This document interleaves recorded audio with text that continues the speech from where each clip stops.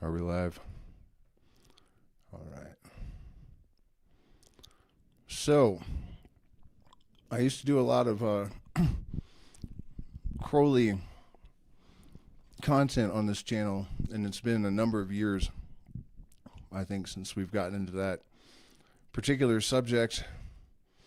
And it came to my attention that it is the 22nd anniversary of the writing of the Book of the Law, the reception of the Book of the Law.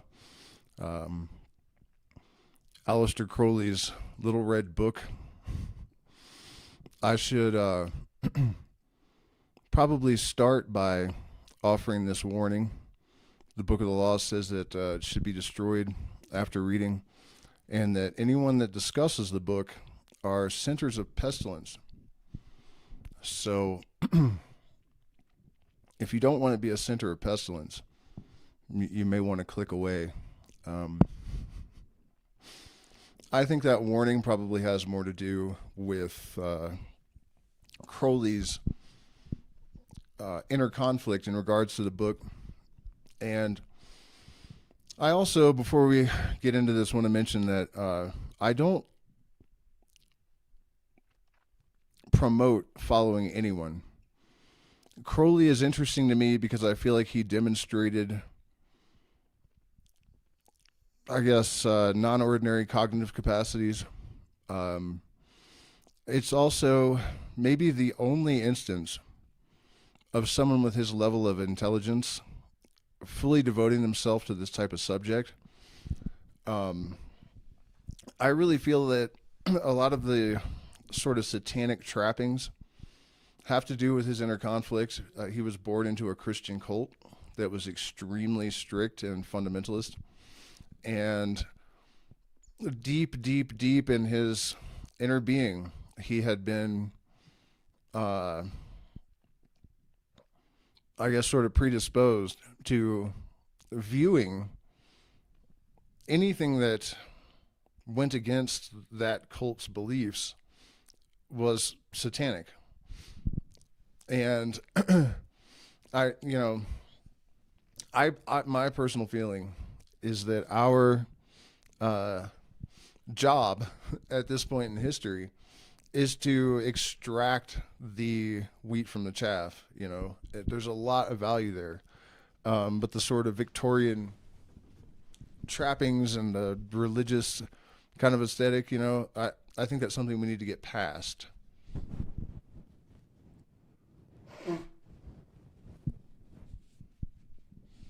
And so the Book of the Law is interesting for a couple of reasons, but for me, first and foremost, it is the one prophetical work that professional skeptics do not unanimously reject as legitimate. Reviews of it have garnered responses like interesting but not conclusive. And I would agree with that assessment, although it does fulfill the requirements for prophetical utterances or works that are delineated by skeptics. One being timeline, specificity is another, proper name for events and whatnot. Specifically, in the book, it says that the new Aeon will be, that it will officially commence when the world is soaked in blood by the Great War. And Great War is written in, with capital letters as a proper name. This was 10 years before the advent of World War I, which eventually came to be called the Great War, referred to as the Great War. Modern historians do consider that the historical point where the modern era began. So that was correct. Then he also gave a timeline of about 100 years and predicted that people would become more epicene and bisexual. Epicene means like gender fluid or non-binary. That has been fulfilled. And there are other little details like that, there are specific names, there are timelines. However, Crowley says that this proves beyond a doubt that Aiwass, this being he supposedly channeled the book from, which, by the way, he actually vacillated back and forth between it being just his subconscious and an actual entity. But pattern recognition, even Crowley's detractors, there are people that are basically professional Crowley haters, right? And they've studied him in depth.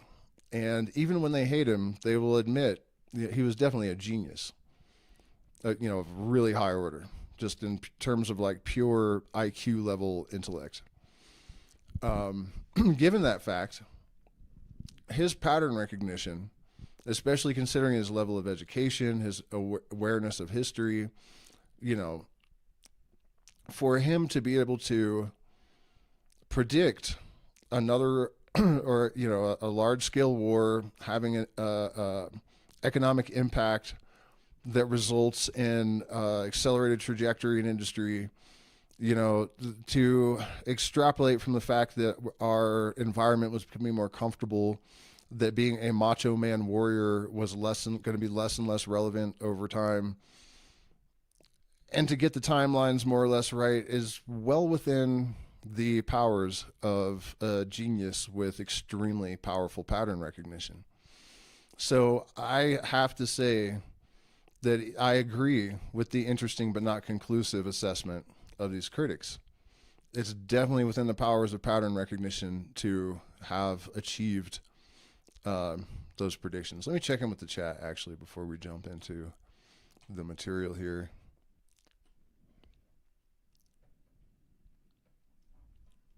There's no audio? Is that what I'm hearing? Let me see. Did I really just do all that with no audio?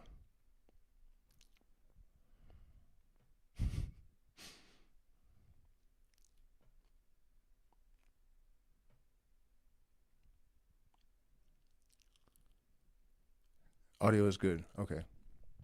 All right. Let me turn that back off then, because this is going to double. Okay, so let's get into the introduction. And in a way, I feel like the introduction is more relevant than the actual book. I'll explain why as we progress. So, too big. Shrink this a little more. Okay, this book was dictated in Cairo between noon and 1 p.m. on 3 successive days, April 8th, 9th, and 10th in the year 1904. The author called himself Aiwass and claimed to be the minister of Haar-par-kraat, that is, the messenger from the forces ruling this earth at present, as will be explained later on. An interesting insight about that is that Aiwass is actually the shaitan of the Yazidi, and it is, according to Crowley, a female sort of archetypal consciousness that is projected from Sirius, which is something I was only made aware of fairly recently. And throughout human history, from the Amazon rainforest to the deserts of Babylon, Sirius has been associated with transmitting the kind of knowledge that Crowley deals in. How could, let's see, did I skip something? No. Okay. How could he prove that he was in fact a being of a kind superior to any of the human race and so entitled to speak with authority? Evidently, he must show knowledge and power such as no man has ever been known to possess. He showed his knowledge chiefly by the use of cipher or cryptogram in certain passages to set forth recondite facts, including some events which had yet to take place, such that no human being could possibly be aware of them. Thus, the proof of his claim exists in the manuscript itself and is independent of any human witnesses. Again, pattern recognition, I think, could explain all of it. So I don't know that that's a fair evaluation. The study of these passages necessarily demands supreme human scholarship to interpret. It needs years of intense application. A great deal is still to be worked out, but enough has been discovered to justify his claim. The most skeptical intelligence is compelled to admit its truth. The matter is best studied under the master theory on blah, blah, blah. On the other hand, language which the book is admirably simple, clear, and rigorous. No one can read it without being stricken at the very core of his being. The more than human power of Aiwass is shown by the influence of his master and of the book upon actual events, and history fully supports the claim made by him. These facts are appreciable by everyone, but are better understood with the help of the Master Therion. The full detailed account of the events leading up to the dictation of this book, with facsimile reproduction of the manuscript and an essay by the Master Therion, is published in the Equinox of the Gods. The universe. This book explains the universe. The elements are Nuit, space, that is the total possibility of every kind, and Hadit, any point which has experience of these possibilities. This idea is for literary convenience, symbolized by the Egyptian goddess Nuit, a woman bending over like the arch of the night sky. Hadit is symbolized as a winged globe at the heart of Nuit. Every event is a uniting of some one monad with one of the experiences possible to it. Every man and woman is a star, that is an aggregate of such experiences constantly changing with each fresh event, which affects him or her either consciously or subconsciously. But one of the things that's alluding to, I think, is holographic universe. There's a lot of that in the Book of the Law, particularly in the bit about how every number is infinite. And we'll get there, so I won't dive too deeply into it. But one level of this is like Leibniz's concept of monads. They exist at different scales, but on one level, they are like fundamental essences or concepts that things are constructed by through recombinatorial differentiation. So different juxtapositions and combinations of these fundamental building blocks, conceptual building blocks. And in our current terms, we might think of that as holographic, like spiral arms in a sphere, and they're sort of arranged and combined in different ways to make all the different things. And so number is one, I guess, modality of that, right? And it exists also on different scales as like the soul of a human being. So yeah, let's wait till we get to that passage. But it may be an instance of that preter-human, knowledge. It's also really what the all in the all is referring to. Even as above, so below, I guess you could apply to it. In our present stage, the object that you see is never the same as the one that I see. We infer that it is the same because your experience tallies with mine on so many points that the actual differences of our observation are negligible. For instance, if a friend is walking between us, you see only his left side, I his right, but we agree that it is the same man, although we may differ not only as to what we may see of his body, but as to what we know of his qualities. The conviction of identity grows stronger as we see more of him, as we see him more often and get to know him better. Yet all the time, neither of us can know anything of him at all beyond the total impression made on our respective minds. The above is an extremely crude attempt to explain a system which reconciles all existing schools of philosophy. The law of Thelema. This is where it starts to get good. This book lays down a simple code of conduct. Do what thou wilt shall be the whole of the law. Love is the law, love under will. There is no law beyond do what thou wilt.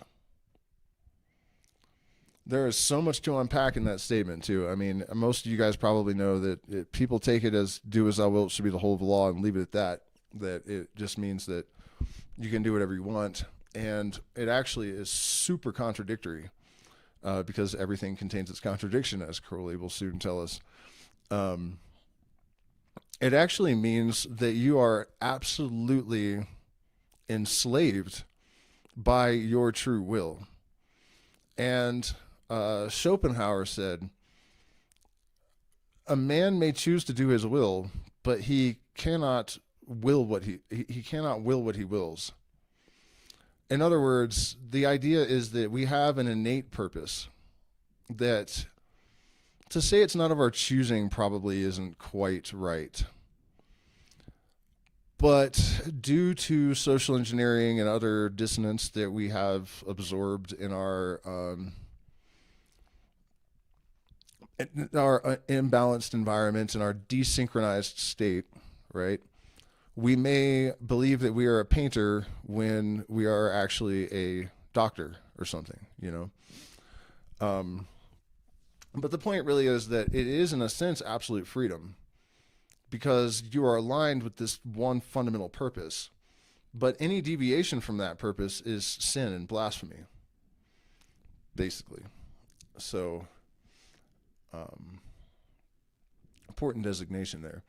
This means that each of us stars is to move on our true orbit as marked out by the nature of our position, the law of our growth, the impulse of our past experiences. All events are equally lawful and everyone necessary in the long run for all of us in theory, but in practice only one act is lawful for each one of us at any given moment. Therefore, duty consists in determining to experience the right event from one moment of consciousness to another. Each action or motion is an act of love, the uniting with one or another part of Nuit. Each such act must be under will, chosen so as to fulfill and not to thwart the true nature of the being concerned. The technical methods of achieving this are to be studied in magic or acquired by personal instruction from the Master Therion and his appointed assistants. I do consultations, by the way. Please hit the like button, share, subscribe. Consider becoming a patron. We are demonetized and rely on our wonderful community for support. Thelema is Greek for will and has the same numerical value as agape, the Greek for love, 9393 kids. The new Aeon, the third chapter of the book, is difficult to understand and may be very repugnant to many people born before the date of the book, April 1904.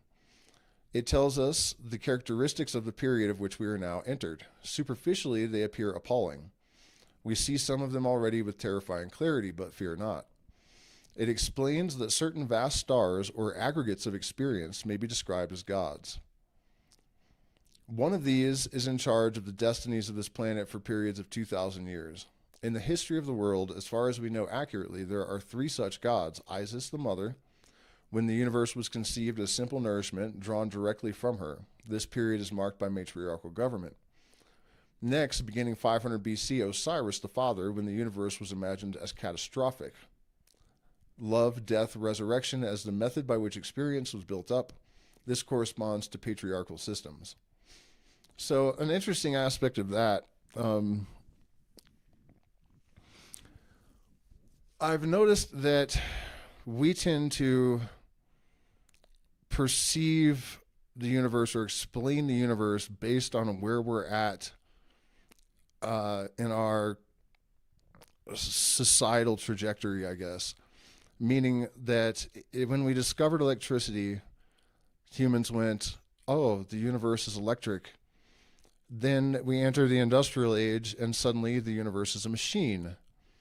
Here we are in the digital age and the universe is a simulation. You know, rather than realizing that our creations are extensions of the underlying architecture and therefore don't define them, you know, it's extremely Luciferian, really, in the, like, you know, negative interpretation of the myth. Like, yeah, anyways. But we've been doing that ever since, you know, ever since the Aeon of Isis. So now Horus, the child, in which we come to perceive events as a continual growth, partaking in its elements of both these methods and not to be overcome by circumstance. This present period involves the recognition of the individual as the unit of society. We realize ourselves, as explained in the first paragraphs of this essay. Every event, including death, is only one more accretion in our experience, freely willed by ourselves from the beginning and therefore also predestined. This god Horus has a technical title, Heru-Ra-Ha, a combination of twin gods, Ra-Hor-Kuit and Haar-par-kraat. The meaning of this doctrine must be studied in magic. He is symbolized as hawk-headed, god enthroned. He rules the present period of 2,000 years, beginning in 1904. Everywhere his government is taking root. Observe for yourselves the decay of the sense of sin, the growth of innocence and irresponsibility, the strange modifications of the reproductive instinct with a tendency to become bisexual or epicene. The childlike confidence in progress combined with the nightmare fear of catastrophe against which we are yet half unwilling to make precautions. Consider the outcrop of dictatorships, only possible when moral growth is in its earliest stages. and the prevalence of infantile cults like communism, fascism, pacifism, health crazes, occultism in nearly all of its forms, and religions sentimentalized to the point of practical extinction. Consider the popularity of the cinema, the wireless, the football pools, and guessing competitions, devices for soothing fractious infants, no seed of purpose in them. Consider sport, the babyish enthusiasms and rages which it excites, whole nations disturbed by disputes between boys. Consider war, the atrocities which occur daily and leave us unmoved and hardly worried. We are children. How this new Aeon of Horus will develop, how the child will grow up, these are for us to determine, growing up ourselves in the way of the law of Thelema under the enlightened guidance of the Master Therion. The moment of change from one period to another is technically called the equinox of the gods. The next step, democracy daughters, ferocious fascism, cackling communism, equally frauds cavort crazily all over the globe. They are hemming us in. They are abortive births of the child, the new Aeon of Horus.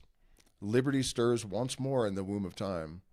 Evolution makes its changes by anti-socialistic ways. The abnormal man who foresees the trend of the times and adapts circumstances intelligently is laughed at, persecuted, and often destroyed by the herd, but he and his heirs, when the crisis comes, are the survivors.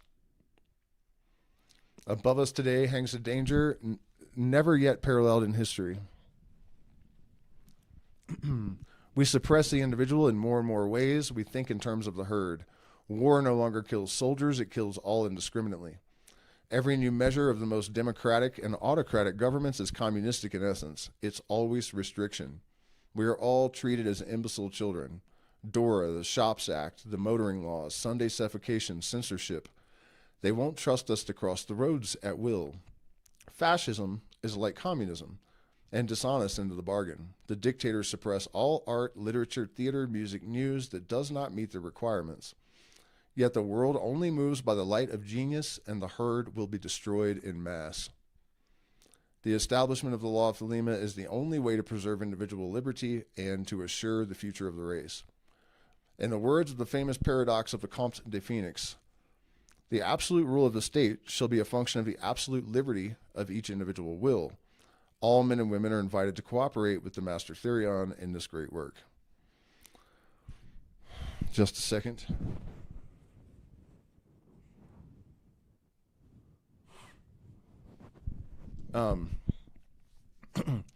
That paradox of the phoenix is really the key thing. We can describe all of this in terms of collective goal state dynamics these days, but the reality is that you are not going to reform our political structures by petitioning the apex of power to change its architecture in our favor. And no one will ever succeed at adhering to some doctrinal dogma through sheer force of will. Gnosis is the only valid format for knowledge, direct experience. There must be real changes that occur on a material level inside the actual being of the person with real causes, and no, letting Jesus into your heart does not count. That's not real. We're talking about things that are actually real. And last night I did a stream that the theme was kind of the fact that this restructuring under a single unified purpose for all of humanity, like this is the only way forward. It sounds, naive, but doesn't matter. The magnitude of the problem dictates the difficulty and the probability of success, of the solution. They're positively correlated. So, that's where we're at. That's the only solution. And that unity will only come from absolute self-sovereignty. And that kind of self-sovereignty is only possible when people have established internal coherence, which allows them to actually entrain with the underlying algorithms of the universe. That's what he's really getting at here. And just using some unfortunate, almost religious language, But he's not wrong. He's absolutely not wrong. He was 100% correct about pretty much everything that he wrote. Let me check in with the chat again, see how we're doing. Okay, cool. All right, so now we're going to get into, we're going to read his commentary, and I'm going to elucidate a little bit. His commentary, people complain that it is, I guess, verbose and obtuse to the point of being incomprehensible, hideous garbling at times, and I absolutely agree with that. But there is a lot of depth in places. So I don't think we're going to read every word of it because it's just, it's just not necessary.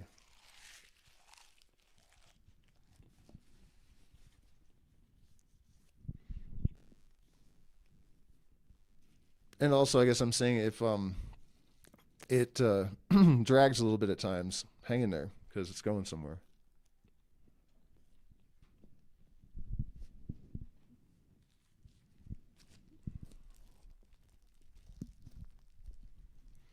Just give me a second to masticate my coca and tuck it into my cheek.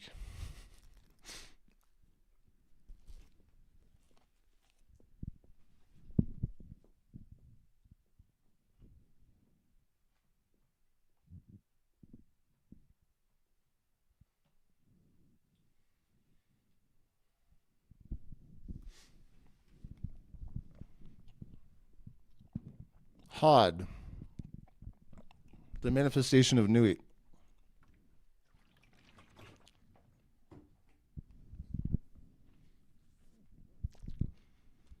Compare 2:1, the complement of this verse. In Nu is Hod concealed. By Hod is Nu manifested. Nu being 56, which adds to 11, and Hod 9. Their conjunction results in 65, which is again 11. Adonai, the holy guardian angel. And this is really important, actually, because the Western concept of God, particularly the Judeo-Christian and Islamic, is that it's male.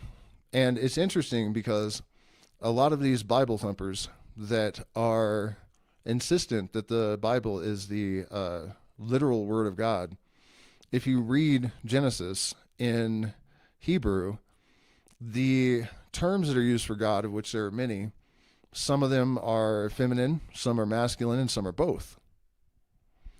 And if God is the source of all things and we are all created in its image, then of course it would be androgynous. And this, how do you say, disapproval that these people tend to have towards non-binary and gender fluid folks. Native Americans actually considered them closer to God because they understood that Great Spirit would be androgynous. And so people that are bisexual and gender fluid are more holistic projections of the God in its fundamental essence. Right? And so when you combine the numerical values of the feminine and masculine aspect, you come to 11 again. So Adonai, the holy guardian angel, also Hor, who combines the force of the sun with that of Mars. Adonai is primarily solar, but 65 is the number of Mars. See the Sephra and Wake World and Nox Om Pax for further details. Nox Om Pax, there is the Wake World story, but there's this, when they get to Tiferet, if you read this, really pay attention and think about what happens there. Not going to get into it here, but it is a great secret. The theogony of our law is entirely scientific. Nuit is matter, Hadit is motion in their full physical sense. The proton and the electron, in a metaphysical sense, suggest close analogies. They are the Tao and Day of Chinese philosophy, or to put it very simply, the noun and verb in grammar. Our central truth, beyond other philosophies, is that these two infinities cannot exist apart. This extensive subject must be studied in our other writings, especially those of blah, blah, blah, blah, blah, blah, blah. Further information concerning Nuit and Hadit is given in the course of this book, but I must here mention that the brother mentioned in connection with the wizard Alamantra, Shmuel bar Aiwass, identifies them with Anu and Adad, the supreme mother and father deities of the Sumerians. Taken in connection with the Aiwass identification, this is very striking indeed. It is also to be considered that Nu is connected with North, which Had is Sod, Set, Satan, Sat, equals being in Sanskrit. South, he is then the sun, one point concentrating space, as also as any other star. The word abrahadabra is from abrasax, father's son, which adds to 365. For the north-south antithesis, see Fabre d'Olivet's hermeneutic interpretation of the origin of the social state in man. Also as rock or stone, whence a symbol of the cubical stone, the mountain, Abignus, I guess, and so forth. Nu is also reflected in nous, ship, etc., and the whole symbolism of hollow space, which is familiar to all. There is also a question of identifying Nu with On, Noah, Oannes, Jonah, John, Diana, and so on, but these identifications are all partial only, different facets of the diamond truth. We may neglect all these questions and remain in the simplicity of this her book. The Unveiling of the Company of Heaven. This book is a new revelation or unveiling of the old ones. This explains the general theme of this revelation, gives the dramatis personae, so to speak. It is cosmographically the conception of the two ultimate ideas, space and that which occupies space. It will, however, appear later that these two ideas may be resolved into one, that of matter, with space, its condition or form, included therein. This leaves the idea of motion for Hadit, whose interplay with Nuit makes the universe. Time should perhaps be considered as a particular kind or dimension of space. In Bereshit, all qualities soever are considered as so many dimensions. I see no reason 19 years later for receding from this view. Time should be considered as a particular kind or dimension of space. Doesn't this precede relativity? I'm pretty sure that it does. Somebody might want to check, but pretty sure this precedes Einstein's formulation in support of that.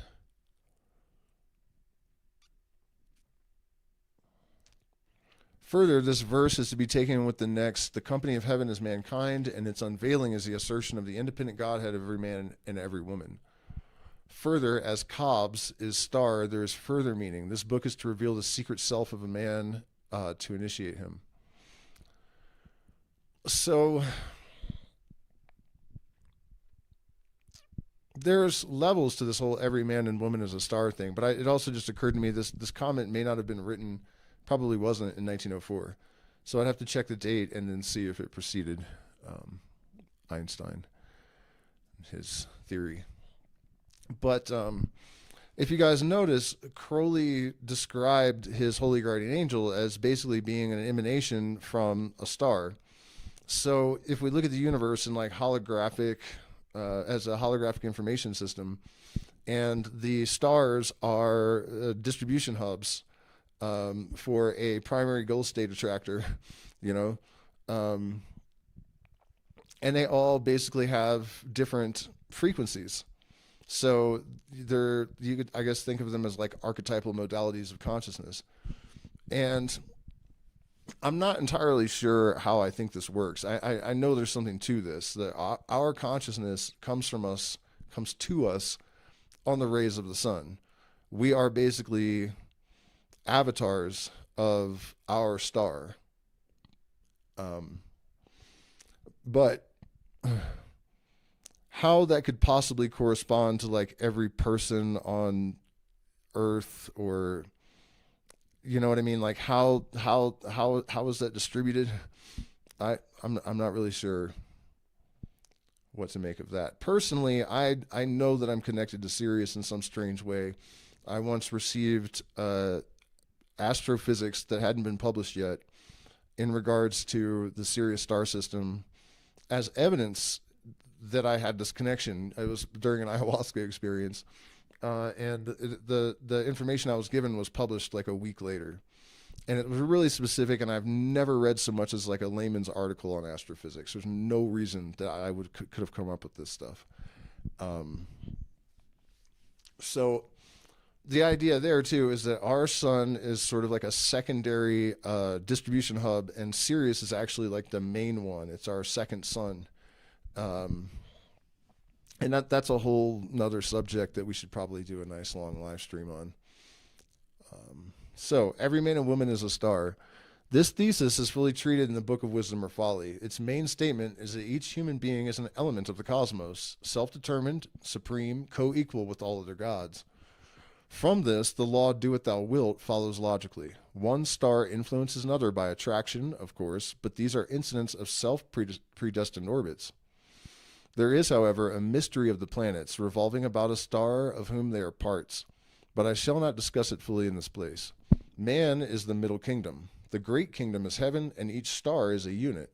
The little kingdom is the molecule, with each electron as a unit. The ratio of these three is regularly geometrical, each being 10 to the 22 times greater in size than its neighbor.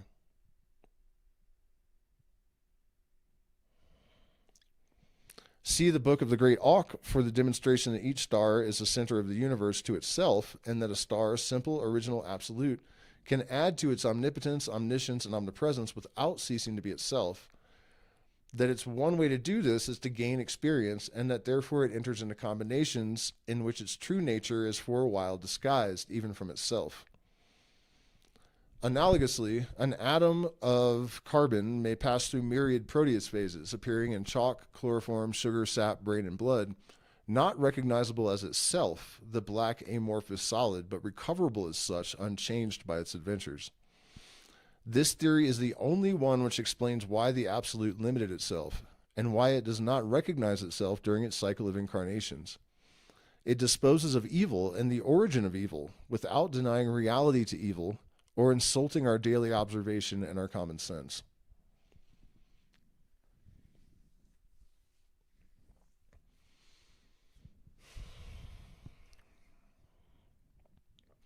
That one is a bit difficult to articulate in regard to it disposes of evil and the origin of evil without denying reality to evil or insulting our daily observations and our common sense. Basically, it's a reference to this idea that the laws are not just because they're his laws. They're his laws. And they're not just because they're his laws. They're his laws because they are just. That we had two options. One is to remain in absolute nothingness for all of eternity, and the other is to have an experience, but that requires duality. It's just a structural necessity.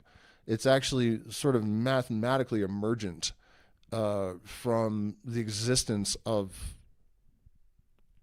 the dyad, right? And that's something I explain in detail on Substack. If you don't follow me there, you should go and subscribe.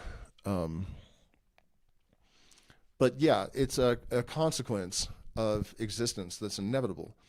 And because of the dynamic blueprints of the universe, opposites generate each other. And you might say, well, good and evil are human constructs.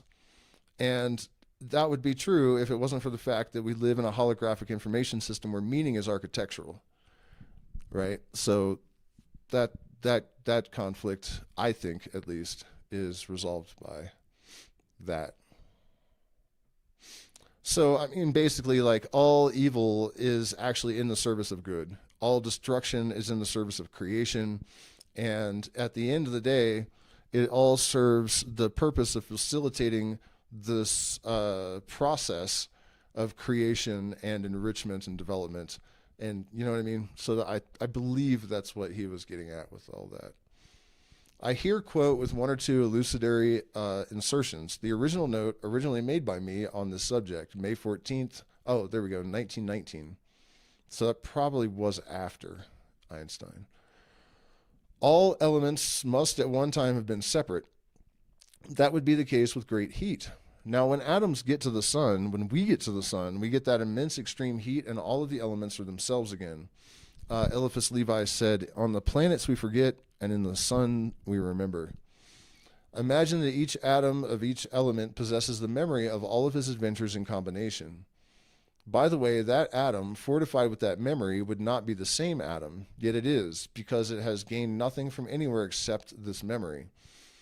Therefore, by the lapse of time and by virtue of memory, a thing, although originally an infinite perfection, could become something more than itself, and thus a real development is possible.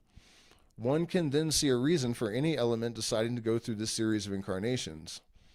God, that was a magnificent conception. Why does he have to gloat like that? Like, the ego sometimes is so cringy. I've had to stop reading his books. You know, you just like, come on, man. You really have to do that all the time. And he was an English gentleman, you know. He had to know that how tacky that is. But he's not wrong.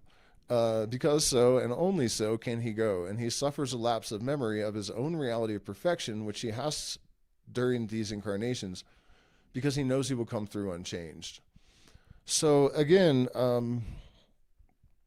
this kind of speaks to the whole holographic universe idea, or even just the recursion as like a ubiquitous generative mechanism in the universe.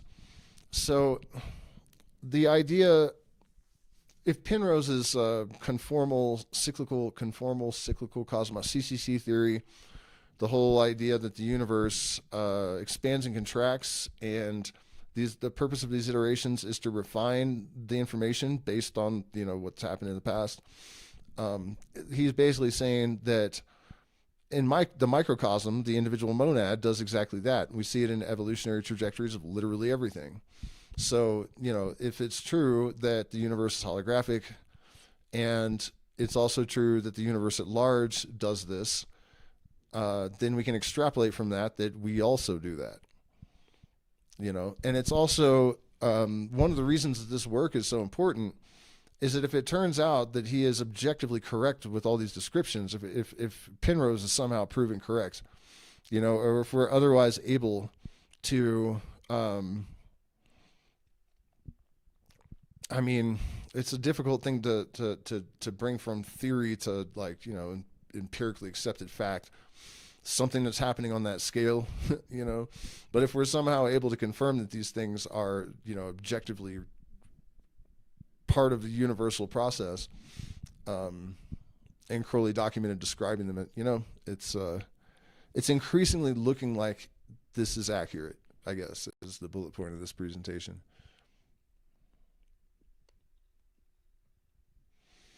One can see then a reason for any element deciding to go through this series of incarnations. Oh, we already read that. Therefore, you have an infinite number of gods, individual and equal, though diverse, each one supreme and utterly indestructible. This is also the only explanation of how a being could create a world in which war, evil, etc. exist. Evil is only an appearance because, like good, it cannot affect the substance itself, but only multiply its combinations.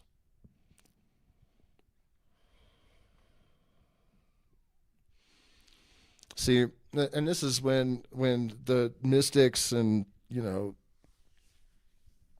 their ilk describe the universe as fundamentally love.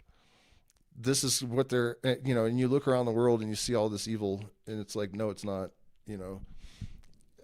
If you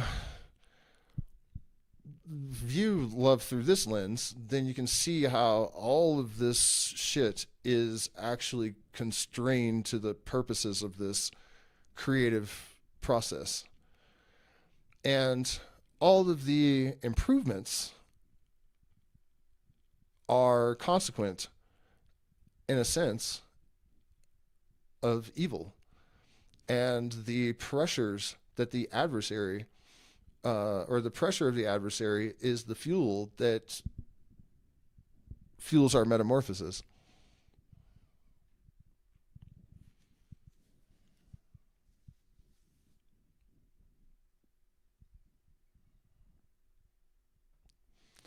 This is something the same as mystic monism, but the objection to that theory is that God has to create things which are all parts of himself so that their interplay is false.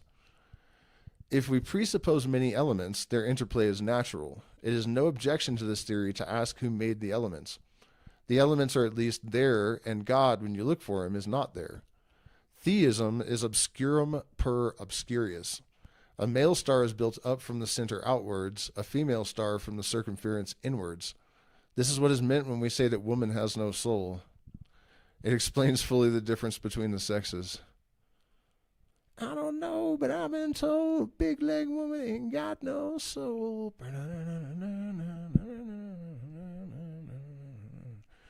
All right, so here's an apologist note. Although Crowley evidently felt that this characterization was true simply, it should be noted that this comment is not class A, or you could say it's not class C. The idea of center outwards and circumference inwards may actually have described the impression received by a male of the Victorian age in regard to men and women. Certainly every male mystic has the state here described as circumference inward, no soul in female at the time of reception. Vide Liber 65.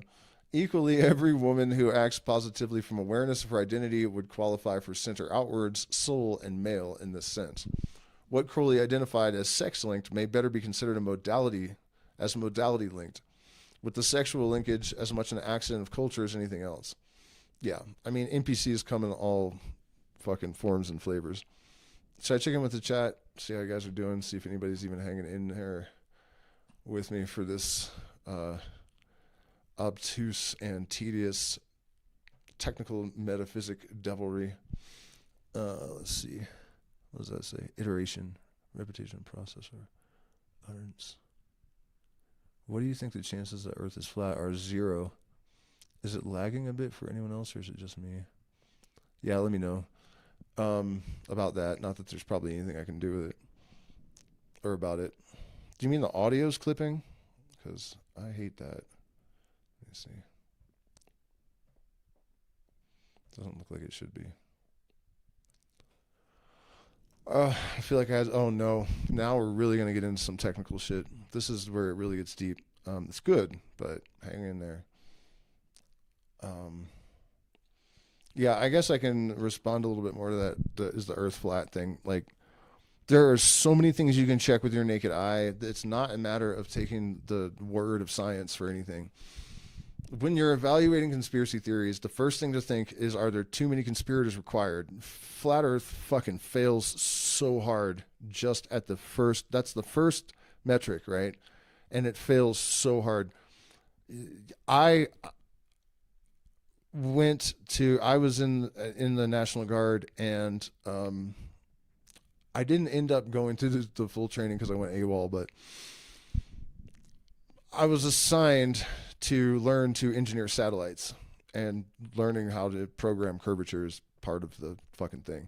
Not only that, but your cable guy has to account for curvature when he comes and punches shit into your little box at your house, you know? I mean, there's just no way in hell. There's no way in hell. The seasons, everything makes sense on a globe. You can simulate it on a small globe, and you can see also how on a flat Earth, the sun doesn't make any fucking sense, the way the light falls.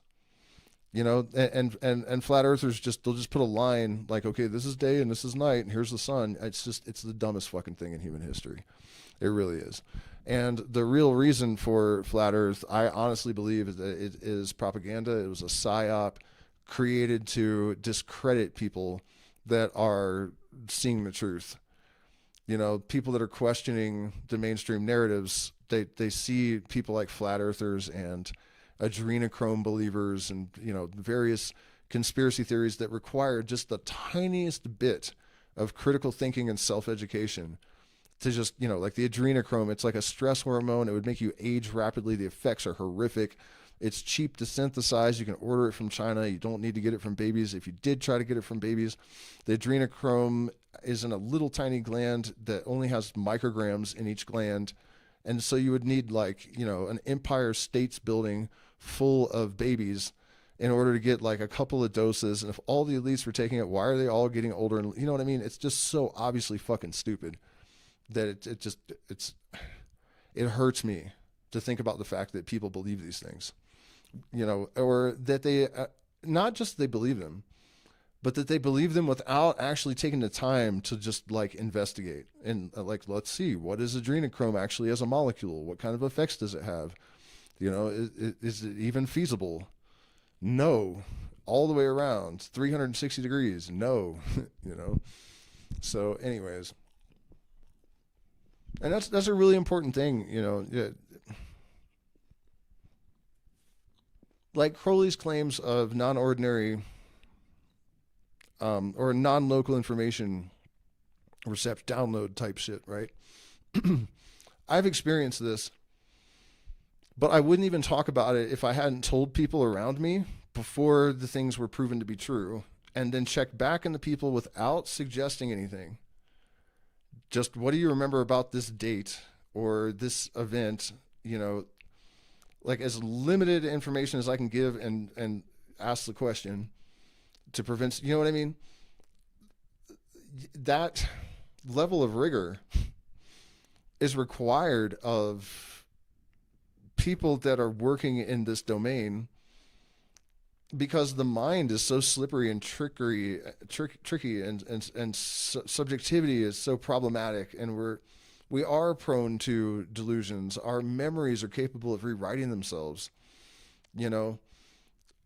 It's equally as important that as a culture we recognize that we do have access to fundamental truths about the universe through our own internal processes.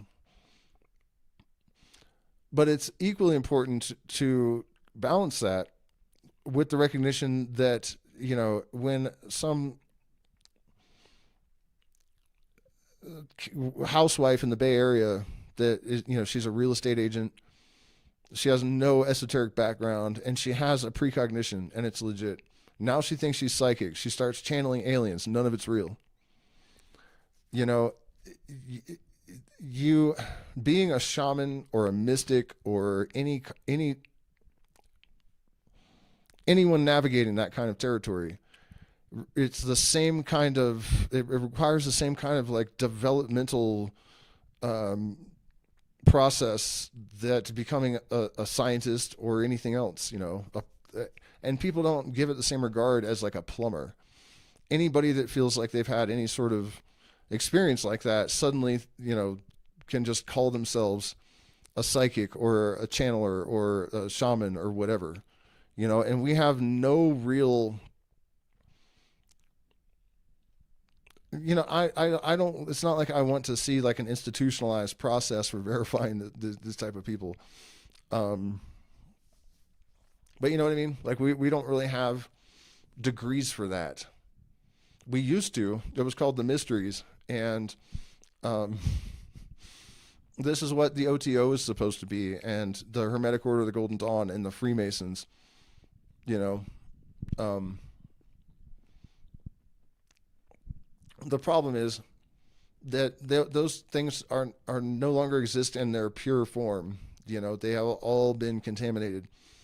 For example, speaking of Crowley and his whole bisexual is the most holy, and I don't disagree, but I'm totally straight, and I fully acknowledge that may be a matter of like lack of enlightenment. I do think he's probably right about that. But the reality is, when I see a man, I don't even understand what women are attracted to. Like, I don't understand. And I don't think I could engage in the 9th degree initiation, like mandating homosexual acts as part of the process of like, the spiritual education definitely that's not okay. So I guess what I'm saying is that we don't really have those institutions, um, or any kind of equivalent. But yeah, it's kind of a mess, um, because it's like, as we try to rehabilitate the perception of just parapsychological phenomena in general, I guess we have people doing like a counterbalancing quantity of damage, like simultaneously, because they just bestow upon themselves their adepthood or whatever, you know. Anyways, every number is infinite. There is no diggity difference. Please hit the like button, share, subscribe, consider becoming a patron. I'm trying to get to a conference, speaking of parapsychology, in Ecuador for 3 days, and it is a channel-related expense, so the channel has to pay for it, or it's not going to happen. And we're getting short on time. Also, we still have space at our retreat events in both the Sacred Valley and the Amazon rainforest throughout the spring, summer, fall, and maybe even into the early winter. So shoot me an email if you're interested in that. And let's get on with it. Every number is infinite. There is no difference. This is probably the most important part of the entire book, or commentary to the book. This is a great and holy mystery. Although each star has its own number, each number is equal and supreme. Every man and woman is not only a part of God, but the ultimate God. The center is everywhere and the circumference nowhere. The old definition of God takes new meaning for us. Each one of us is the one God. This can only be understood by the initiate. One must acquire certain high states of consciousness to appreciate it.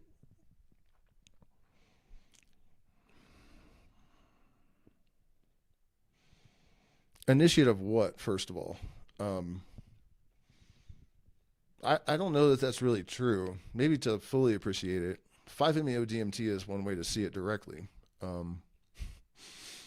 You know, if you're short on time or patience, that'll do it. But it kind of goes back to this whole holographic thing again. But you could also think of it as just like cells in a body. You know, which one of the cells in my hand is the highest? It's just distributed intelligence. And there is no center. And an interesting aspect of this to consider is that what the whole mythology of Christ was built upon the bones of Hermes, right? It's all synthesized, extracted from, I don't even want to call it mystery knowledge, because it's really just the facts of the universe. But here's the thing.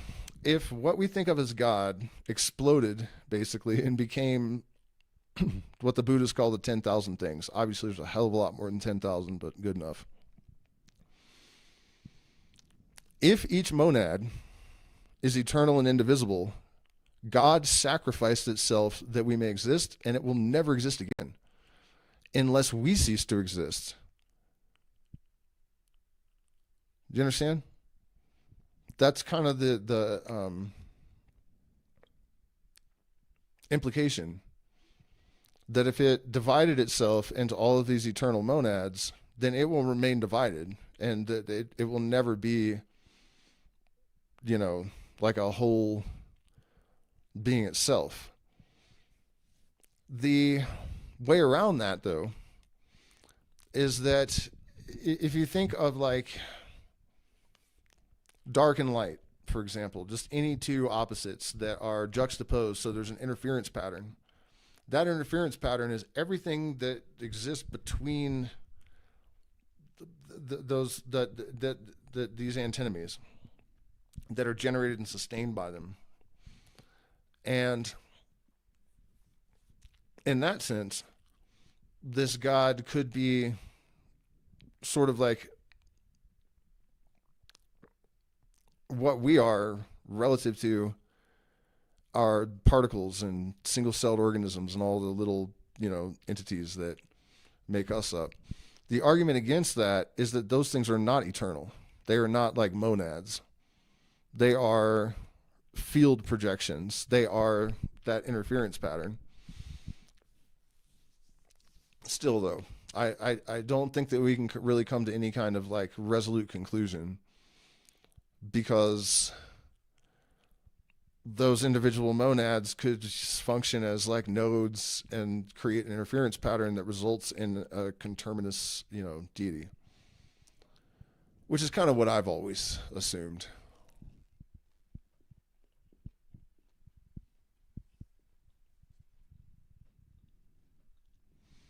I have tried to put it simply in the note to the last verse. I may add that in the trance called by me the star sponge, see note, I think the star sponge was actually a nitrous oxide or ether. Was it ether? Yeah, I think he did a bunch of ether by Lake Pasquani. Oh, yeah. I think he's going to explain, actually.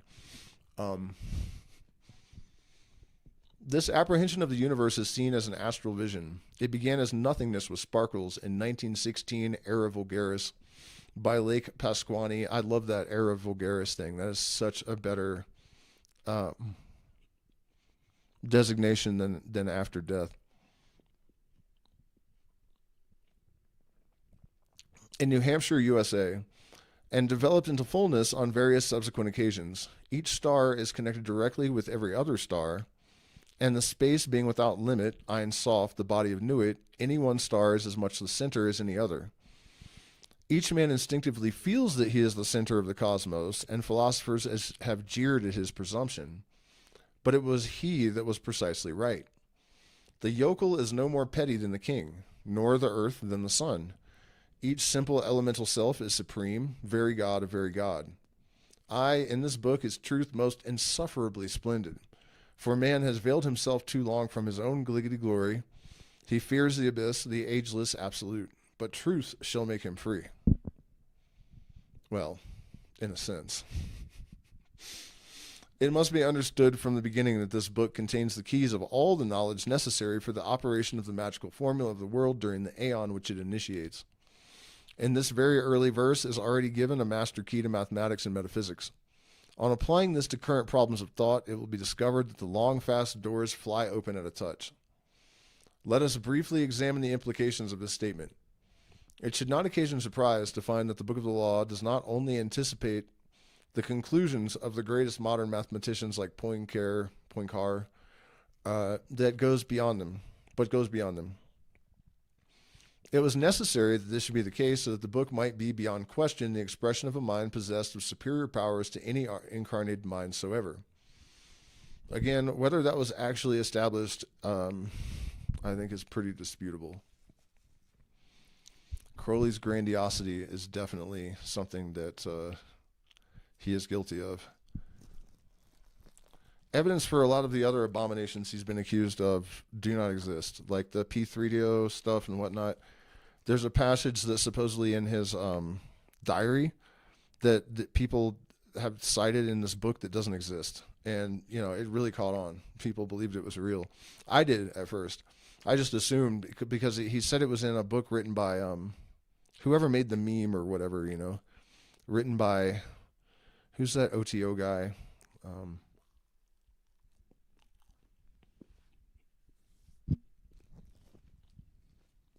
I can't remember his name, but he's like the OTO author. But it didn't exist. So,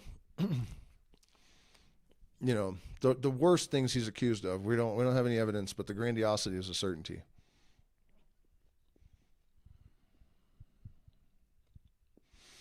It may clarify the subject if we venture to paraphrase the text. The first statement, every number is infinite, is on the face of it a contradiction in terms. But that is only because of the accepted idea of a number as not being a thing in itself, but merely a term in a series homogeneous in character. All orthodox mathematical argument is based on definitions involving this conception. For example, it is fundamental to admit the identity of 2 plus 1 plus 1 plus 2. The Book of the Law presents an altogether different conception of the nature of number. Entirely different as well from that dipshit Terrence Howard's bullshit about, what was it, like 1 times 1 equals 2 or whatever. God, that was a horrific moment in human history when millions of people are like, he's a genius. I think that it was also a show, that he was scripted. You know, he was like another flat earth type psyop. Like, don't listen to anybody that's questioning anything, because look at him. Look at this fucking moron. You know, he was like wearing shirts that 1 times 1 is 2.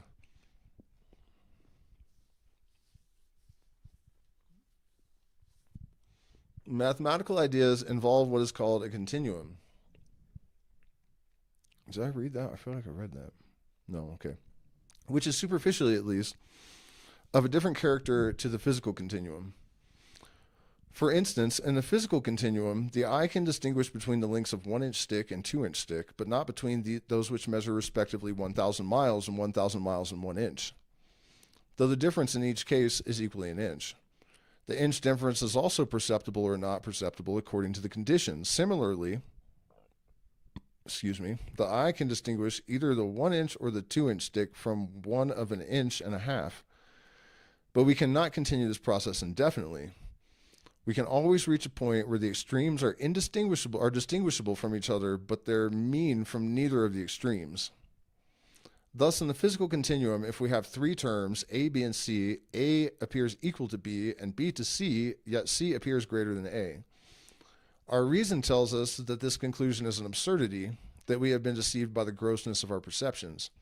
It is useless for us to invent instruments which increase the accuracy of our observation, for though they enable us to distinguish between the 3 terms of our series and to restore the theoretical hierarchy, we can always continue the process of division until we arrive at another series, A, B, C, where A and C are distinguishable from each other, but where neither is distinguishable from B. On the above grounds, modern thinkers have endeavored to create a distinction between the mathematical and the physical continuum, yet it should surely be obvious that the defect in our organs of sense, which is responsible for the difficulty, shows that our method of observation debars us from appreciating the true nature of things by this method of observation. Basically, we're just talking about relativity and perception here. However, in the case of the mathematical continuum, it's and obscurum, like trying to define things in a way that results almost in obscurum per obscurius. Where were we? Between any 2 mathematical expressions soever, without interfering in any way with the regularity of the process or continuing condition in which 2 terms become indistinguishable from each other. That's really the point here. That this is not true of numbers. They are like the only thing that exists that, well, we'll let him explain.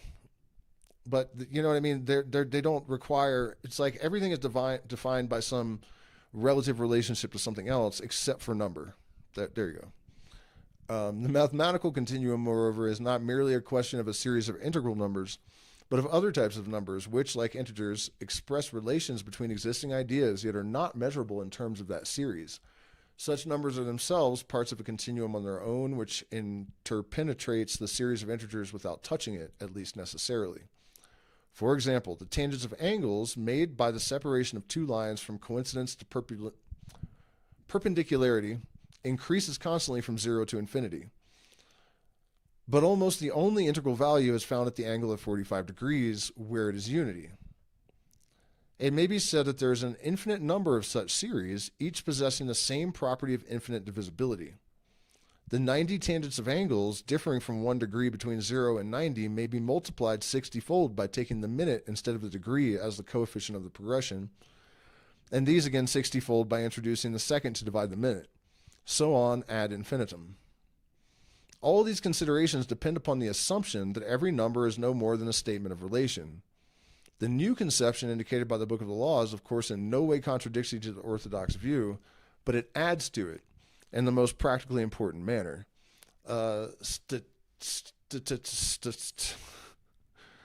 Statistician computing the birth rate of the 18th century makes no special mention of the birth of Napoleon.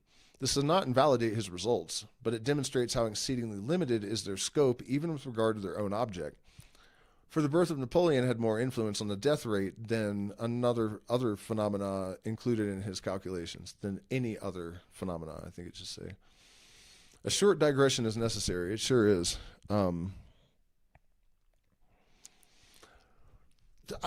He's getting there, but I'm going to jump ahead a little bit and kind of explain this.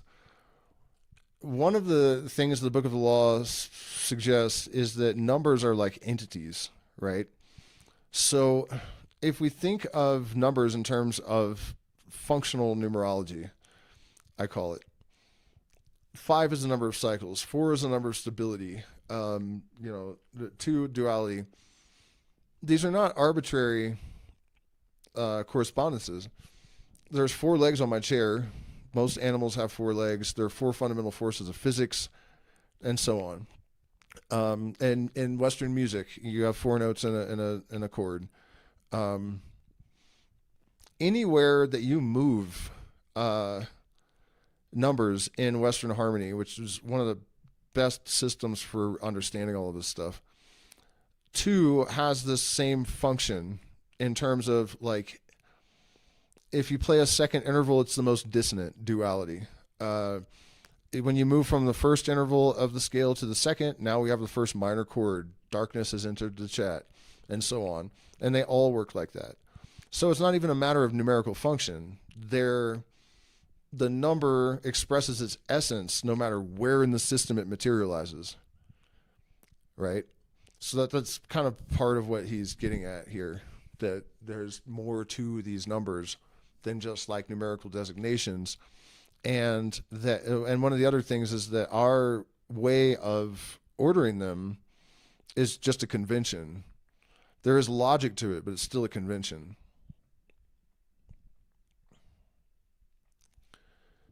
So there may be some who are still unaware of the fact, but the mathematical and physical sciences are in no sense concerned with absolute truth, but only with the relations between observed phenomena and the observer.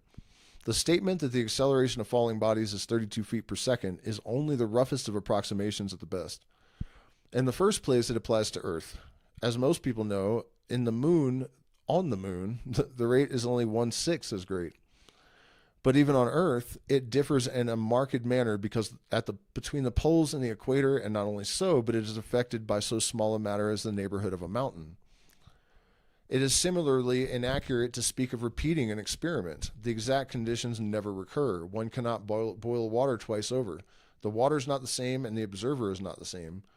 When a man says that he is sitting still, he forgets that he is whirling through space with vertiginous rapidity.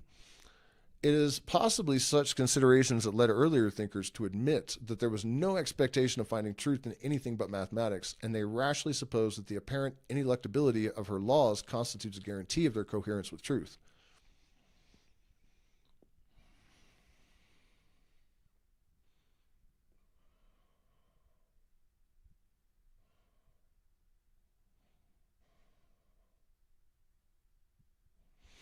Relative coherence. Let me check in with the chat. I know it's been a minute. I can't see the chat while I'm reading this, by the way, you guys. If you're asking questions and offering things, I don't see it.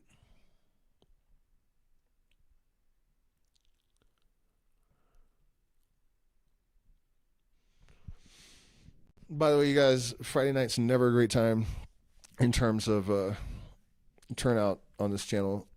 But it was the date that made it important. So please consider sharing this if you think you know anybody that has the patience for it. It is possibly so. Okay, we're already there. So where did we stop? Ineluctability of her laws constitutes a guarantee of their coherence with truth. But mathematics is entirely a matter of convention, no less so than the rules of chess or baccarat. I don't even know what the hell that is really in that game. When we say that 2 straight lines cannot enclose a space, we mean no more than we are unable to think of them as doing so. The truth of the statement depends, consequently, on that of the hypothesis that our minds bear witness to truth.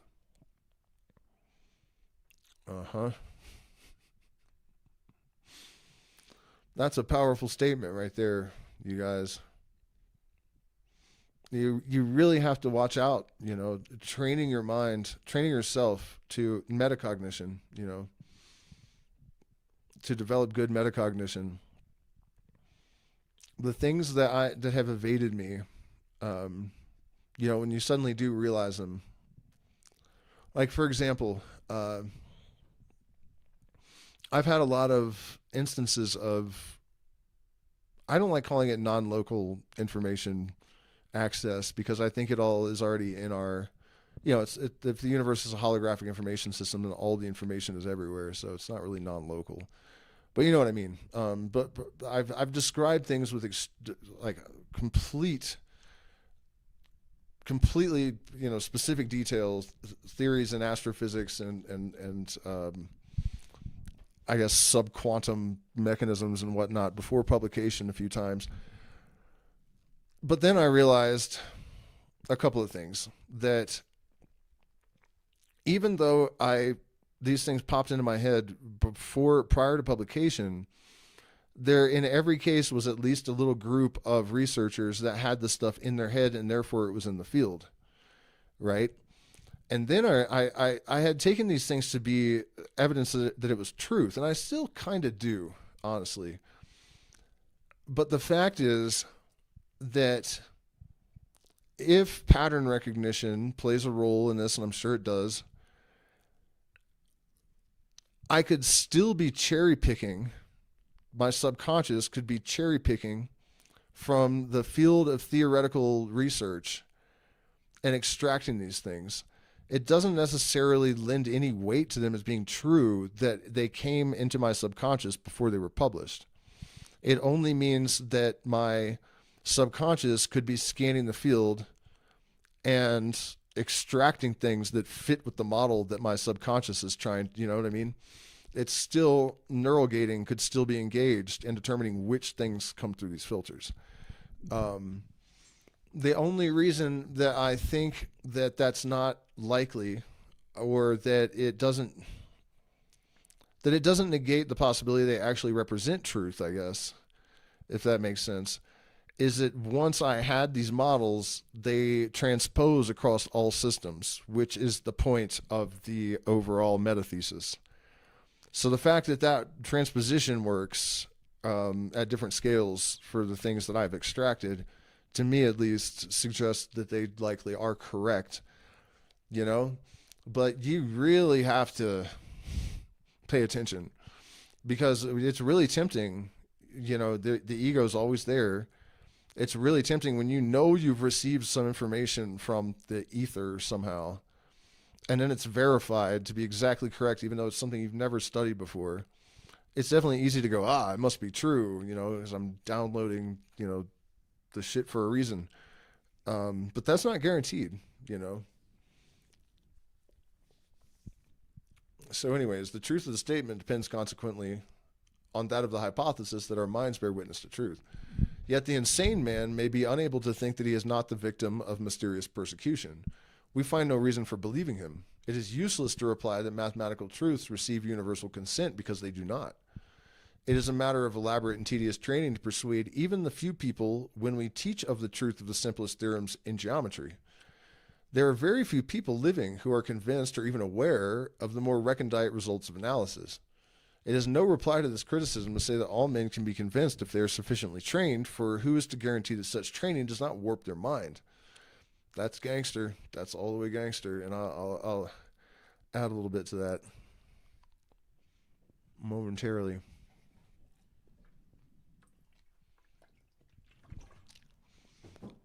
I'm surprised I'm honestly already kind of running out of energy, so I don't know how much longer this is going to go on, or how much more of it any sane person could even take.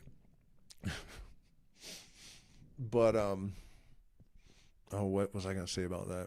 Yeah, okay, so here's a great example of what he's talking about, the cosmological constant, right? This is a huge problem for I guess materialists, because the chances of the fine-tuning just in the case of a single constant is 1 in such a big number that if you started counting now, you would not get to the number, counting 1 number a second before the end of the universe, if you started at the beginning of the universe either. And in every case but the cosmological constant, the p-value for chance is 100 orders of magnitude less. And so when that happened, the scientists just shifted the goalposts. And no, it's still chance. And it's like, well, wait, that everything else that's ever happened 100 orders of magnitude ago, you would have said not chance. Like, what's that about? You really hate the idea that there could be a teleological principle at work in the universe that fucking much, you know? So the other thing is that when we, like, you have a bunch of siloed research institutions working on parts of a problem, right? And then they funnel that up to Harvard or Princeton or whatever. And then they funnel that through a tiny little group of people.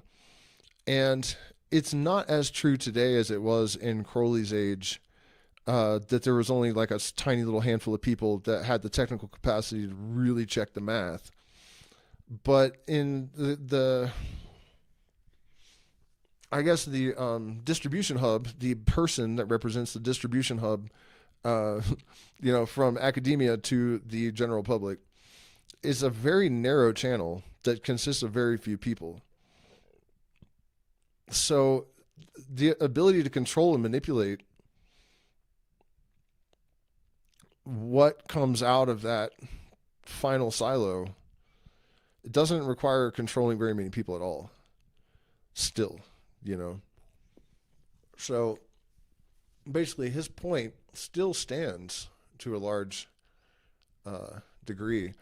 And then also this training, you know, in science, we talk about how everything needs to be so rigorous and that, you know, we need to be objective. And what the fuck are we doing moving a goalpost 100 orders of magnitude because we don't like the results? The ball didn't land where we wanted, so we move the goalpost not just a few feet, but to the other side of the universe.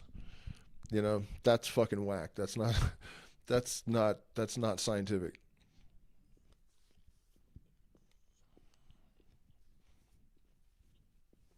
The indirect consequence of that as well is that science warps the minds of the public.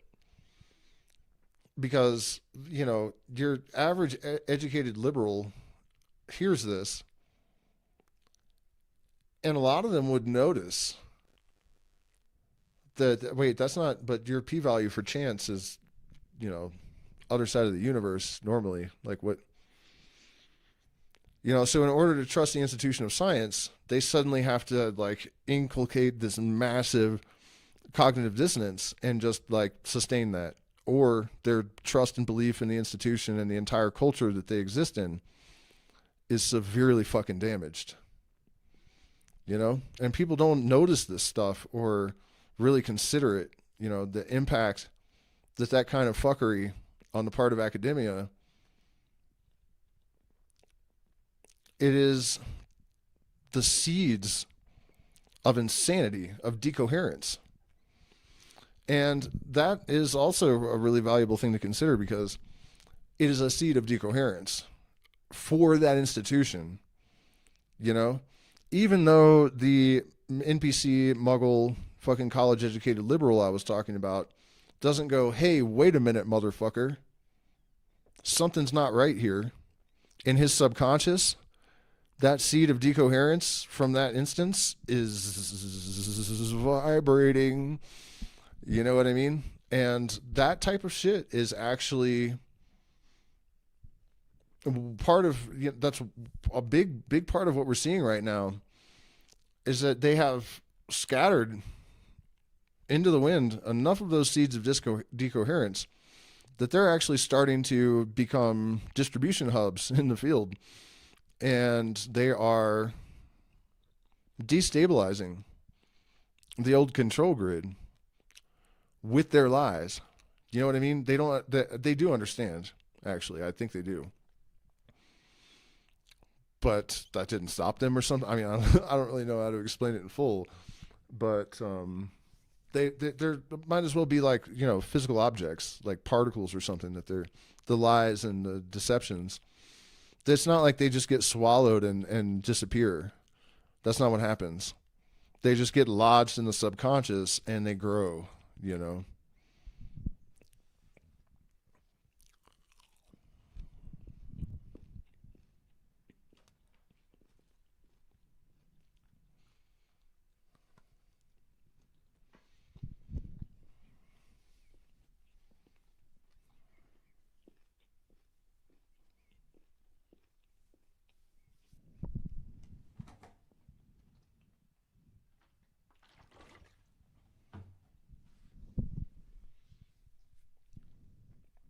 And that decoherence and instability is exactly the evil that we were talking about early, that is a necessary component of the universe's developmental trajectory and all of its processes.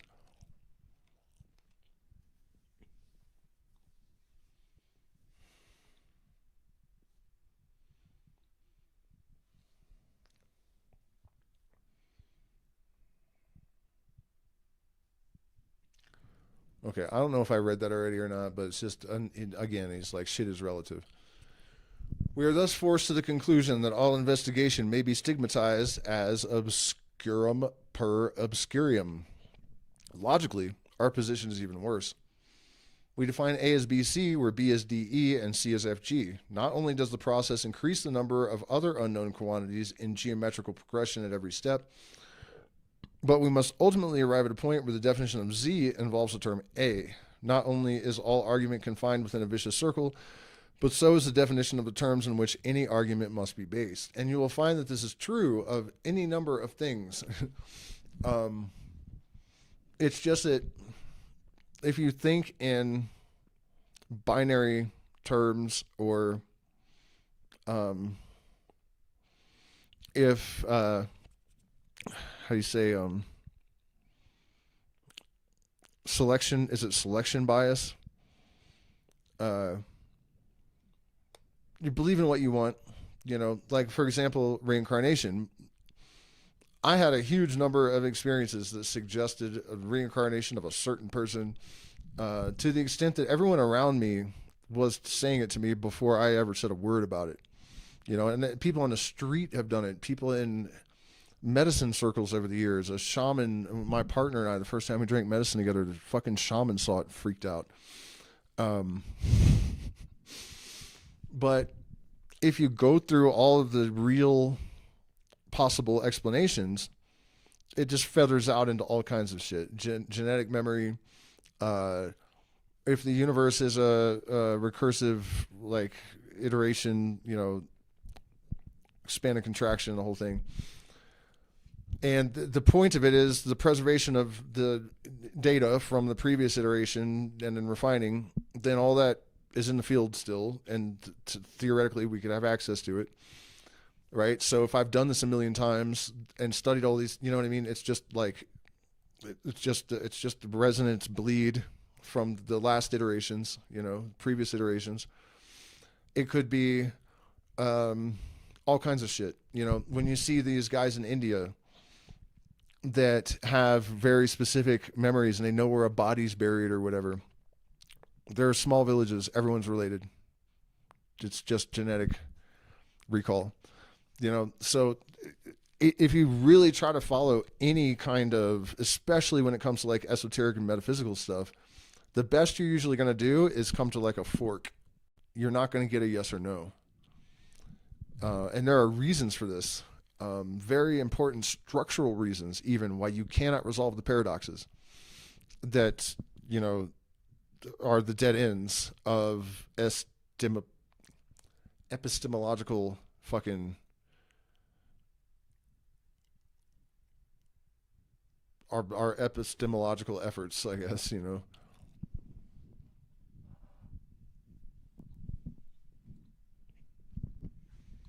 It might be supposed that the above chain of reasoning made all conclusions impossible. But this is only true when we investigate the ultimate validity of our propositions.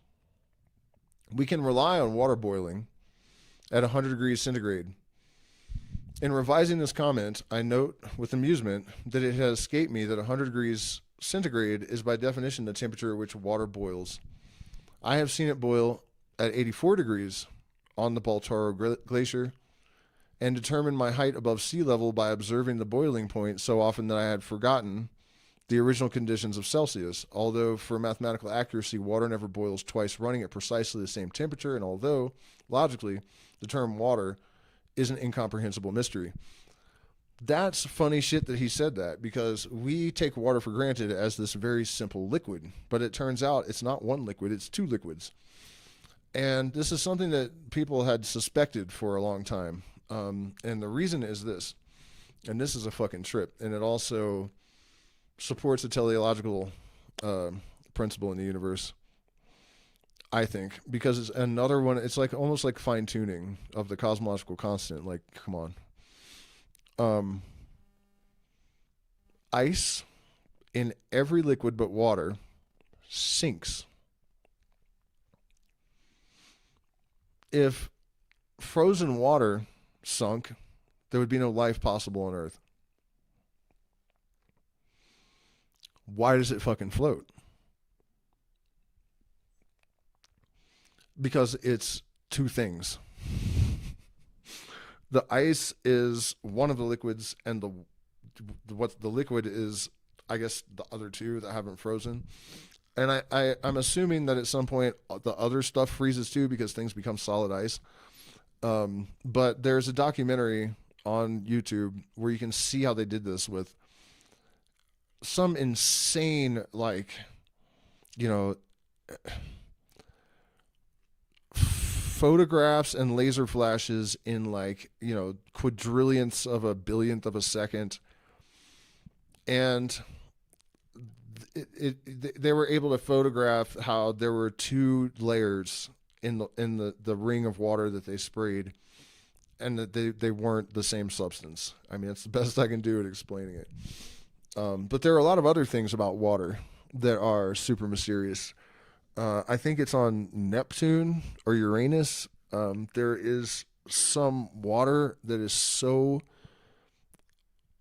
it might even be it's so hot that it's like a crystal, like titanium or something.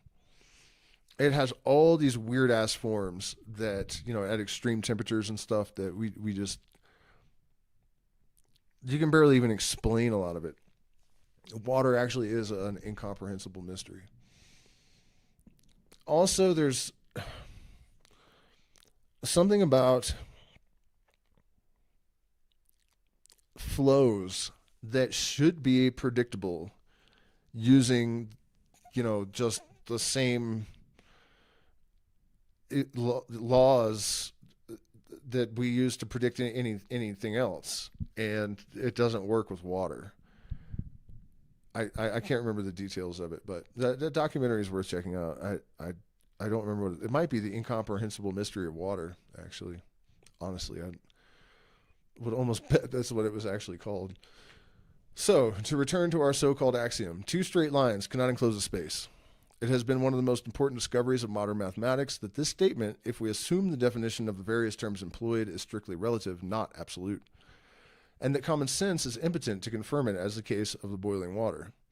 For Bolyai, Lobachevsky, and Riemann have shown conclusively that a consistent system of geometry can be erected on any arbitrary axiom soever. If one chooses to assume that the sum of the interior angles of a triangle is either greater than or less than two right angles, instead of equal to them, we can construct two new systems of geometry, each perfectly consistent with itself, and we possess no means soever of deciding which of the three represents truth. I may illustrate this point by a simple analogy. We are accustomed to assert that we go from France to China, a form of expression which assumes that those countries are stationary, while we are mobile. But the fact may be equally well expressed by saying that France left us and China came to us. In either case, there's no implication of absolute motion, for the course of the Earth through space is not taken into account. We implicitly refer to a standard of repose which, in point of fact, we know not to exist. When I say that in the chair in which I am sitting has remained stationary for the last hour, I mean only stationary in respect to myself and my house. In reality, the Earth's rotation has carried it over 1,000 miles, and the Earth's course comes 70,000 miles from its previous position. All that we can expect of any statement is that it should be coherent with regard to a series of assumptions which we know perfectly well to be false and arbitrary. It is commonly imagined by those who have not examined the nature of the evidence that our experience furnishes a criterion by which we may determine which of the possible symbolic representations of nature is the true one. They suppose that Euclidean geometry is in conformity with nature because the actual measurements of the interior angles of a triangle tell us that their sum is in fact equal to two right angles, just as Euclid tells us that theoretical considerations declare to be the case. They forget that the instruments which we use for our measurements are themselves conceived of as in conformity with the principles of Euclidean geometry. In other words, them measure 10 yards with a piece of wood about which they really know nothing but that its length is 1/10 of the 10 yards in question. The fallacy should be obvious. The most ordinary reflection should make it clear that our results depend upon all sorts of conditions. If we inquire what is the length of the thread of quicksilver in a thermometer, we can only reply that it depends on the temperature of the instrument. In fact, we judge temperature by the difference of the coefficients of expansion due to heat of the two substances, glass and mercury. Again, the divisions of the scale of the thermometer depend upon the temperature of boiling water, which is not a fixed thing. It depends on the pressure of the Earth's atmosphere, which varies according to time and place, to the extent of over 20%. Most people who talk of scientific accuracy are quite ignorant of elementary facts of this kind.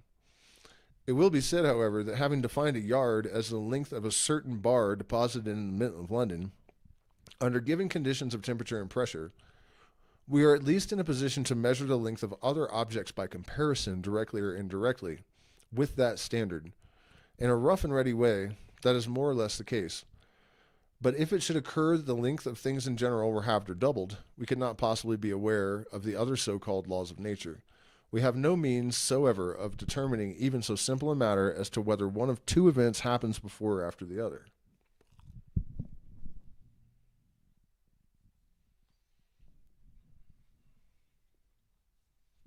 I don't know if that last statement is true in any sense, really. Let us take an instance. It is well known that the light of the sun requires 8 minutes to reach the earth. Simultaneity, closely considered, possesses no meaning soever. The denial of absolute simultaneity is a natural complement to the denial of absolute motion. Well, what about entanglement? Phenomena in the two bodies would therefore appear to be separated in time to that extent, and from a mathematical standpoint, the same discrepancy theoretically exists. Even if we suppose the two bodies in question to be only a few yards one more remote than the other, recent consideration of these facts has shown the possibility of determining the fact of priority, so that it might be just as reasonable to assert that a dagger thrust is caused by a wound as vice versa. Carroll has an amusing parable to this effect in Through the Looking Glass, which work, by the way, with its predecessor, is packed with examples of philosophical paradox. If I strike a billiard ball and it moves, both my will and its motion have causes long antecedent to the act.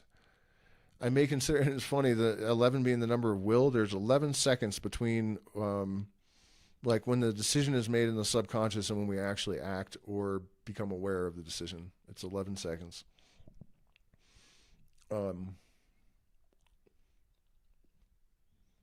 I may consider both my work and its reaction as twin effects of the eternal universe, and that twin effects, 11, 1 and 1. The higher order of symmetry between the impulse and the decision and the action, just like the higher orders of symmetry in synchronicity. If I strike a billiard ball and it moves, both my will and its motion have causes 11 seconds antecedent to the act. I may consider both my work and its reaction as twin effects of the eternal universe. The moved arm and ball are part of a state of the cosmos which resulted necessarily from its momentarily previous state and so back forever. Thus, my magical work is only on one of the cause effects necessarily concomitant with the cause effects which set the ball in motion. I may therefore regard the act of striking as a cause effect of my original will to move the ball, though necessarily previous to its motion. But the case of magical work is not analogous. For I am such that I am compelled to perform the magic in order to make my will to prevail, so that the cause of my doing the work is also the cause of the ball's motion, and there is no reason why one should precede the other. We may now return to the text. Every number is infinite. It's about goddamn time, isn't it? The fact that every number is a term in a mathematical continuum is no more an adequate definition than if we were to describe a picture as number so-and-so in the catalog. Every number is a thing in itself. I regret to find myself in disagreement with the Honorable Bertrand Russell with regard to the conception of the nature of number. Possessing an infinite number of properties peculiar to itself. Somehow I never noticed that designation of peculiar to itself, an infinite number of properties peculiar to itself. So you can divide a number infinitely. But I always thought of that as just like infinity is in each number, not that this was an infinity of properties peculiar to the thing that contained them. And if what those things contain that's infinite is numbers, then how are they peculiar to that individual number? Like, I feel like he's onto something there, but I'm not quite sure what it is. Possessing an infinite number of properties peculiar. Alrighty. So let us consider for a moment that numbers 8 and 9.8 is a number of cubes measuring, excuse me. Let us consider for a moment the numbers 8 and 9, period.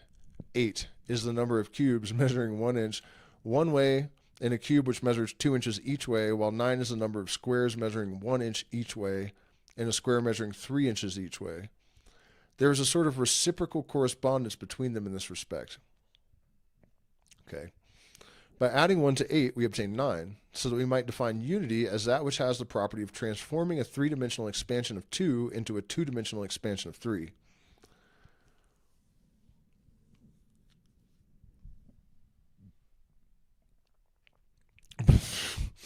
But if we add unity to 9, unity appears as that which has the power of transforming the two-dimensional expansion of 3 aforesaid into a mere oblong measuring 5 by 2. Unity thus appears as in possession of two totally different properties. Oh.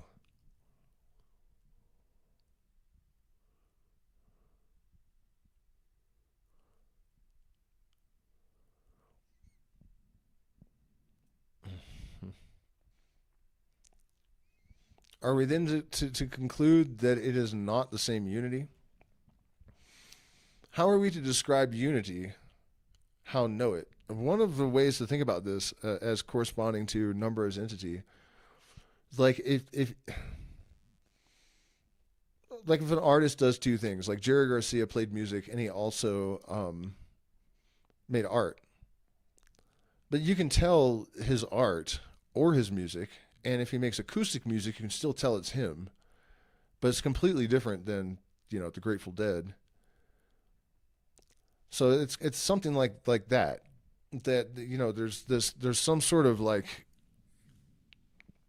fundamental essence to the thing, but in different expressions it can have like different modalities of being, I guess, and different effects and consequences.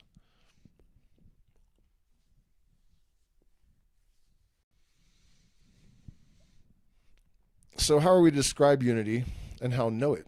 Only by experiment can we discover the nature of its actions. On any given number, in certain minor respects, this action exhibits regularity. We know, for example, that it uniformly transforms an odd number into an even one, and vice versa, that it is practically the limit, but that is practically the limit of what we can predict as to its actions. We can go further and state that any number soever possesses this infinite variety of powers to transform any other number, even by the primitive process of addition. We observe also how the manipulation of any two numbers can be arranged so that the result is incommensurable with either, or even so that ideas are created of a character totally incompatible with our original conception of numbers as a series of positive integers. So these things have an infinite number of functions depending on their context because they contain infinity. Things cannot perform any action that they do not contain within themselves the potential. You know what I mean? So if it has infinite applications, infinite permutations, then the thing itself contains infinity. Otherwise, it wouldn't have that capacity.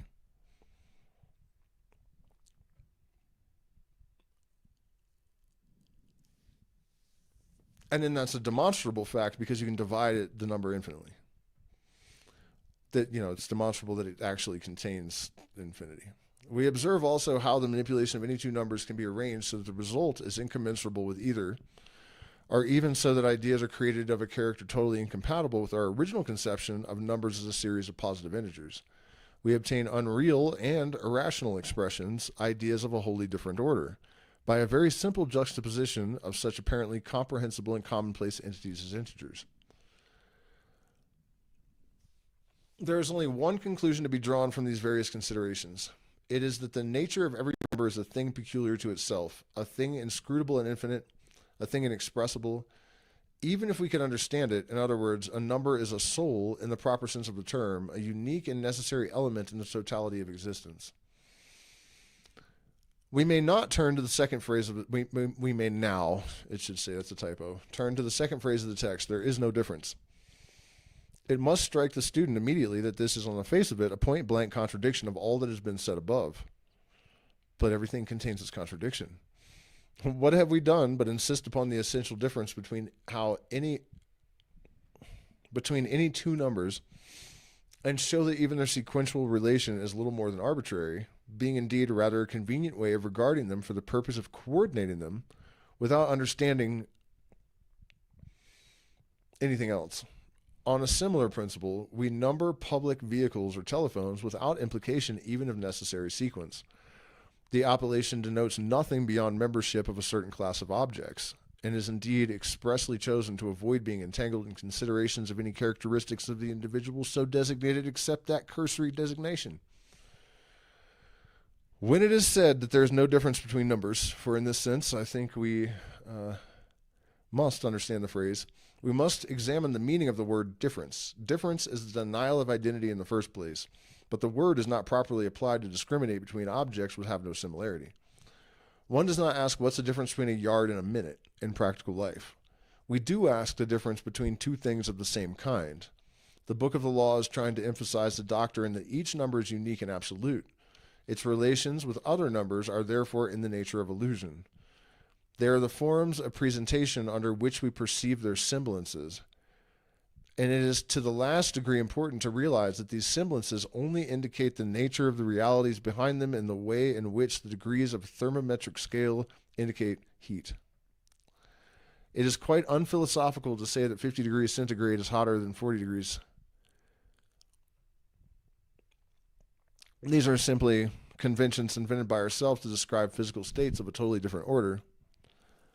And while the heat of a body may be regarded as an inherent property of its own, our measure of that heat is in no way concerns it.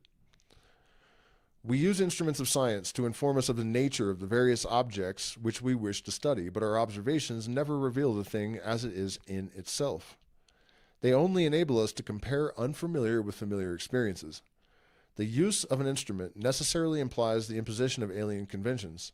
To take the simplest example, when we say that we see a thing, we only mean that our consciousness is modified by its existence according to a particular arrangement of lenses and other optical instruments, which exist in our eyes and not in the object perceived. So also, the fact that the sum of 2 and 1 is 3 affords us but a single statement of relations symptomatic of the presentation to us of those numbers. Okay, so I'm actually going to jump out of this, check the chat, and then I'm going to pull up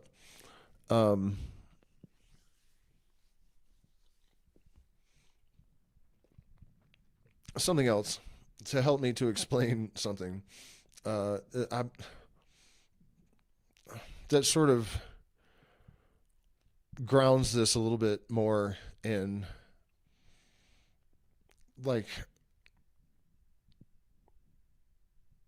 reality, or yeah, you'll see. Center of pestilence, I know I'm definitely a center of pestilence. No doubt about it. Depending on your relative perception. Let me see if I can find this.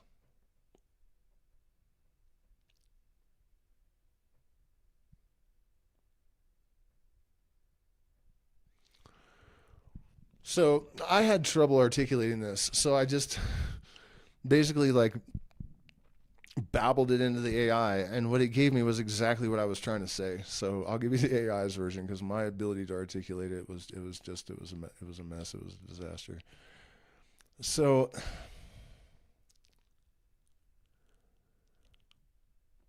Should I read my ridiculous prompt so that I'll read it. I mean, I just, for some reason I couldn't fucking articulate it well. Um, but I brought up that Crowley mentions that every number can be divided infinitely. One of the points I think he's making is that number is the fabric of creation. It's difficult to articulate, but the idea that I have being that the more fundamental a thing is, the more it exhibits core truths. So, for example, this constitutes something on the order of proof that the all is in the all in a way that nothing but number can, because of this embodiment of natural law or architecture as a result of its status as a constituent. I don't know how it did this, because that does not quite convey what I was trying to, but it did. It extracted from that babbling what I actually was trying to say. You're actually circling something very sharp, using infinite divisibility of number as a model for how a most fundamental thing can embody the all, not just point to it. So it's like we're looking at ways to demonstrate these metaphysical principles, right? And number can do that. So let me try to say your intuition cleanly. Thank you, because that was a fucking disaster. Crowley's move with every number is infinite. Crowley leans on the verse, every number is infinite, there is no difference, to say each individual thing, each star, each number is not just a fragment of the absolute, but a full center of its own universe, expression of it. In his new comment, he glosses this as each star has its own number, and each number is equal and supreme. Hence, every man and every woman is not only part of God, but the one God. So the infinite divisibility of number is not just math trivia. It is the technical metaphor that justifies the mystical equality. If a number, taken as such, opens into an unbound continuum of further determinations, then each number touches the same infinity. Number as fabric or architecture. Here's one way to articulate your point. The more fundamental a thing is, the less it is about something else, and the more it is just how things are structured. Yeah, number in Crowley's and Pythagorean's flavor is not merely a label, it is the language of proportion, relation, and repetition that shows up anywhere you have pattern, from intervals to music to orbits in astronomy. Because numbers structure every domain where there is order, they become a privileged window onto core truths. They reflect the architecture because they embody it, rather than any other particular decoration. So when you say number is the fabric of creation, you can gloss that as number is the most stripped down way we have of talking about pure pattern and relation, and pattern relation is what everything that exists has in common. So the all is in the all. Now connect infinite divisibility to the holographic all-in-all idea. Any number, say 2, can be embedded in infinitely many ratios, sequences, and transformations. 2 equals 1, 1, 2, 4 divided by 2, or whatever. Each of these relations, in turn, connects to others without end. Mathematically, that's just the web of arithmetic. Metaphysically, Crowley is reading that web as a symbol of how each unit of existence is saturated with an unbound field of relations to the whole. Therefore, each number is an entity that is both absolutely itself and, by virtue of its infinite relational depth, a portal to the all. That's why he can say every number is infinite, there is no difference.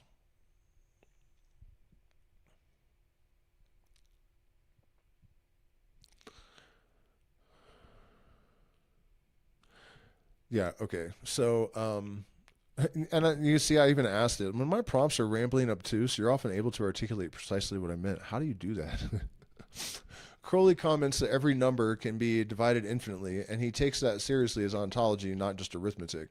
If something is truly fundamental like number, it doesn't just describe the universe, its behavior already embodies the core truths of the universe. With number, that one core truth is the one contains the many, I would say the all, and the many folds back into the one. Take the number 2, you can decompose it, relate it, embed it in ratios and sequences without end. The infinite web of relations is a microcosm of the whole numerical universe. So when the Book of the Law says every number is infinite, there is no difference, it's asserting a kind of holography. Each number, each star, is a finite code that secretly contains infinite structure. The all is in the all, and nothing shows this more nakedly than number itself. That was pretty good. I mean, there's more to it than that, I guess. Yeah, still going. How long has it been? 2.5 hours? No, 1 hour and 49 minutes. Or, no, yeah, something like that. I don't know. Yeah, it's been a minute, huh? Yeah, please hit the like button, share, subscribe, consider becoming a patron. It's obviously very time consuming. So we do appreciate support. I mean, I'm sorry. I don't want to chew in your earbag. I gotta chew this coca up so I can keep going. And, it's going to take a second.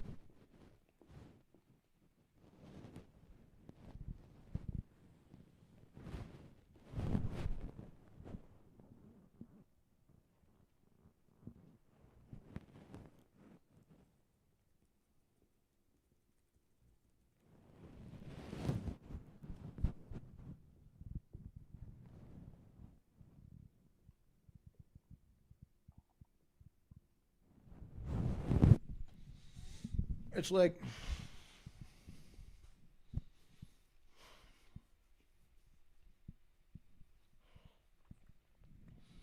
if you want to know about the architecture of something, you analyze the architecture. And if the architecture is number and every number is infinite, again, I'm not doing too great of a job. And if you weren't here earlier, I explained how like numbers or intervals in Western music theory express the essence of the number almost in a spiritual sense, no matter where in the system they are. And even like the 4, right? When it recurses, it's now the 11th because you add 7 when it's up an octave. But what is 11? Symmetry. So when the 4 goes up an octave, it becomes like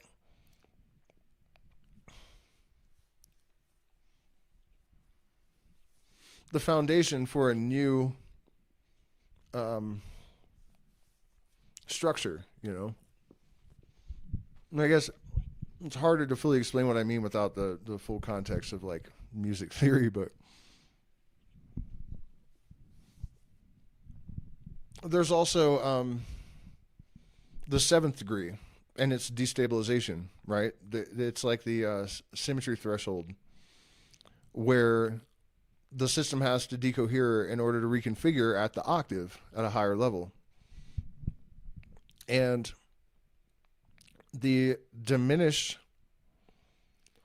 chord has no tonal center, right? It's just like it can go anywhere. The idea that everything contains its contradiction is expressed remarkably well here as well, because despite that incoherence, or because of that lack of stability, every diminished chord can resolve upwards a half step to any one of its notes, and it works, or down 2 frets to a minor. So it can go to 8 different places. It's a gateway to all this possibility, like the decoherence to solve et coagula,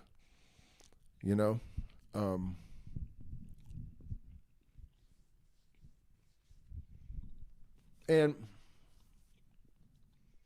7 has that quality in all kinds of different contexts, in information systems and nature, and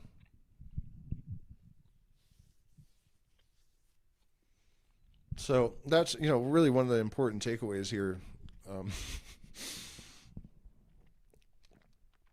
At least in terms of the idea of numbers as independent entities with their own universes.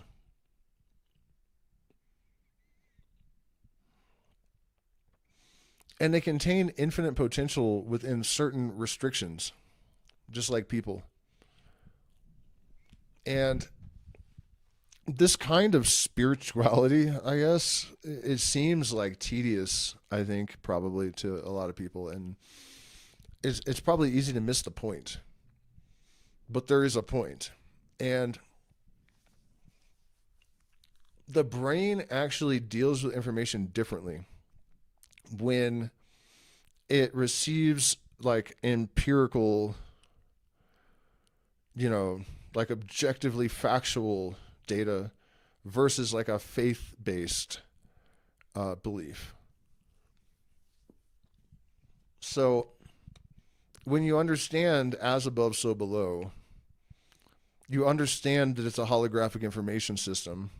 You understand how to transpose dynamics and architectures from mathematics to you, for example. You have certainty and not faith that you have infinite potential.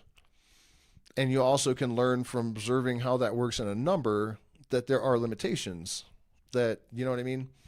Your individual being, it's not so much limitations as like context, you know, applicability, efficacy, domain efficacy, you know? And I think in a very real way, people that have a lot of trauma need, especially if you're highly intelligent, because if you're not going to understand any of this shit anyways. But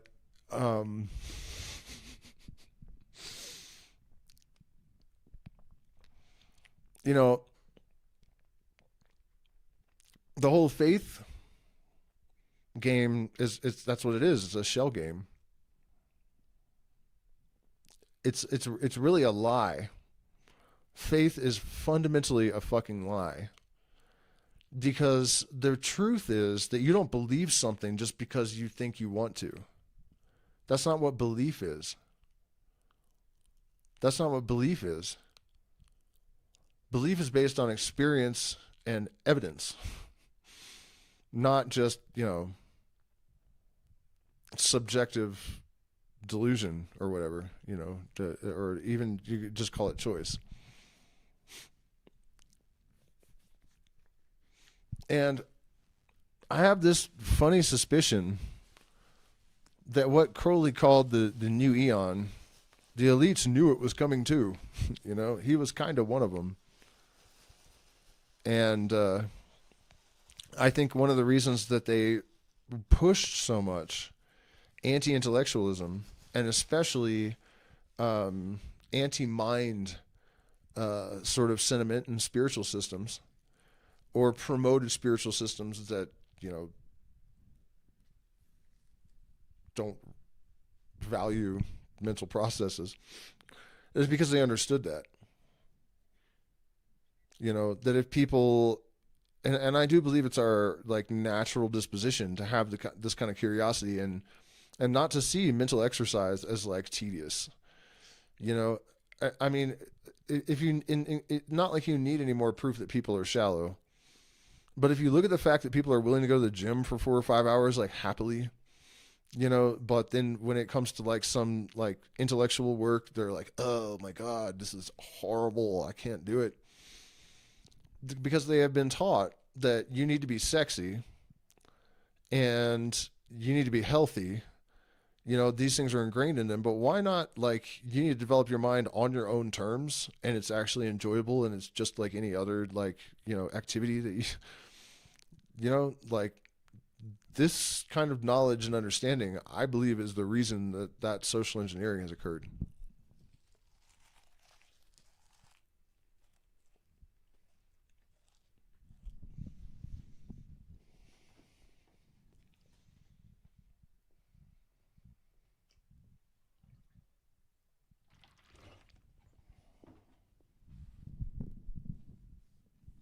Didn't work on me, and I'm glad it didn't work on you, or I'd be sitting here talking to myself.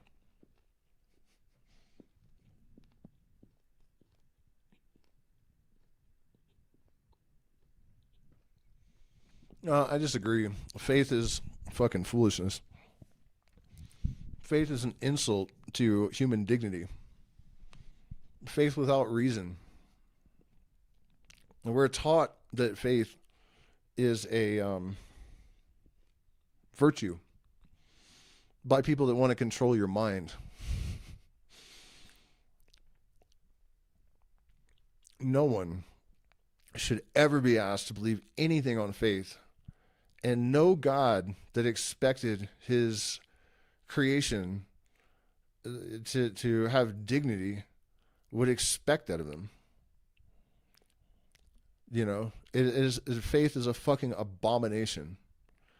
depending on the context, if we're talking about faith in like Jesus as Savior, just because there's a book or something, that kind of faith is a fucking abomination. Faith in yourself based on historical precedent, that's kind of a different thing, but that still falls under the jurisdiction of faith informed by reason. Blind faith, I guess, is what I'm talking about here. And the fact that it's been sold as virtuous is, look, they just made it legal to designate people that are anti-Christian as domestic terrorists in the United States. That's how important the tool of Christianity is to the empire. That's really all anyone should need to know.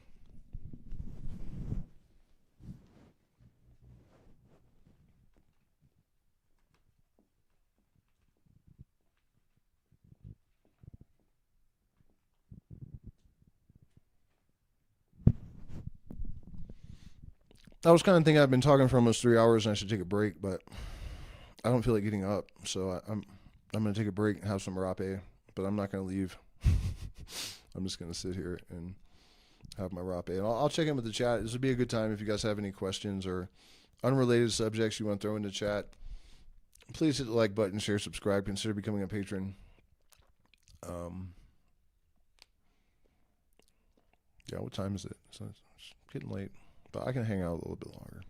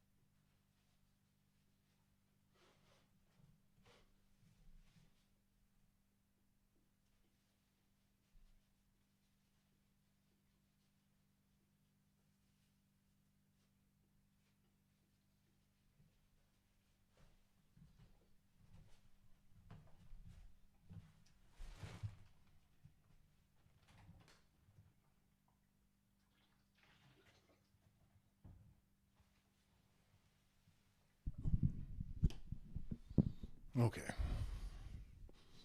Where were we? I'm checking with the chat.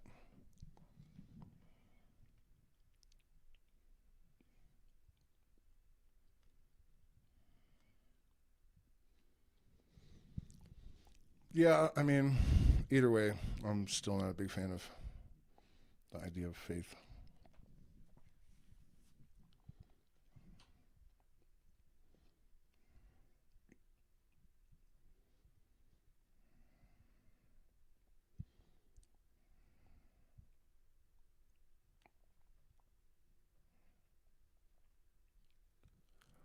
We have, therefore, no means soever of determining the difference between any two numbers, except in respect of a particular and very limited relation. Furthermore, in view of the infinity of every number, it seems not unlikely that the apparent differences observed by us would tend to disappear with the disappearance of the arbitrary conditions which we attach to them to facilitate, as we think, our examination. We may also observe that each number, being absolute, is the center of its universe, so that all other numbers, so far as they are related to it, are its appendages. Appendages? Each number is, therefore, the totality of the universe, and there cannot be any difference between one infinite universe and another. Apparently, that's not true. I'm not real clear on the specifics of this, but apparently there are zeros of different orders of magnitude and different sized infinities. Like I said, I can't explain either of those things, but I've watched videos that made sense, that described why.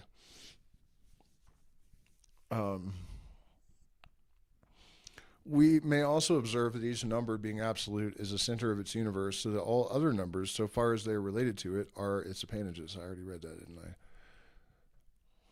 The above interpretation of the text is of a revolutionary character from the point of view of science and mathematics. Investigation of the lines here laid down will lead to the solution of these grave problems, which have so long baffled the greatest minds of the world, on account of the initial error of attaching them on lines which involve self-contradiction.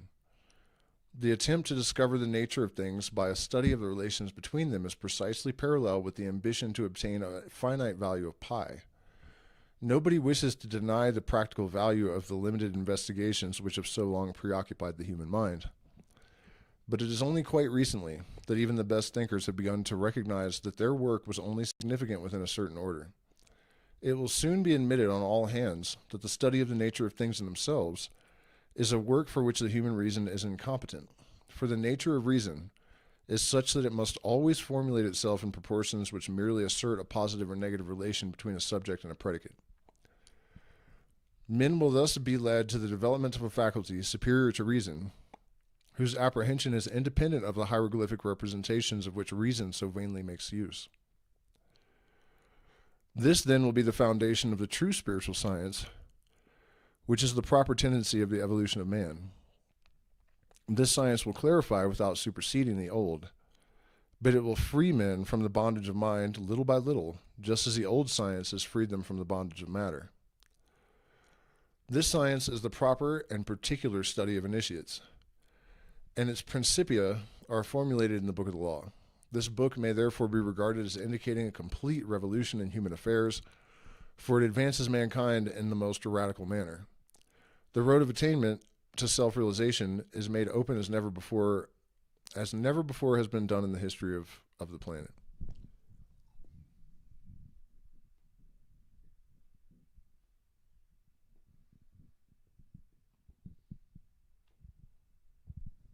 Fair enough.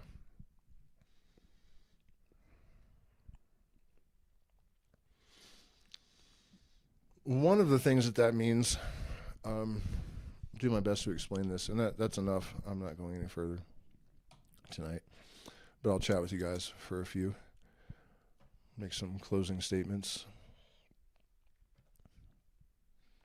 I guess I can see my green lips better.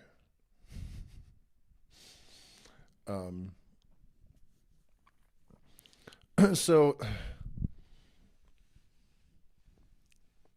it's almost like third eye science, right? To realize that empiricism serves the purposes of empire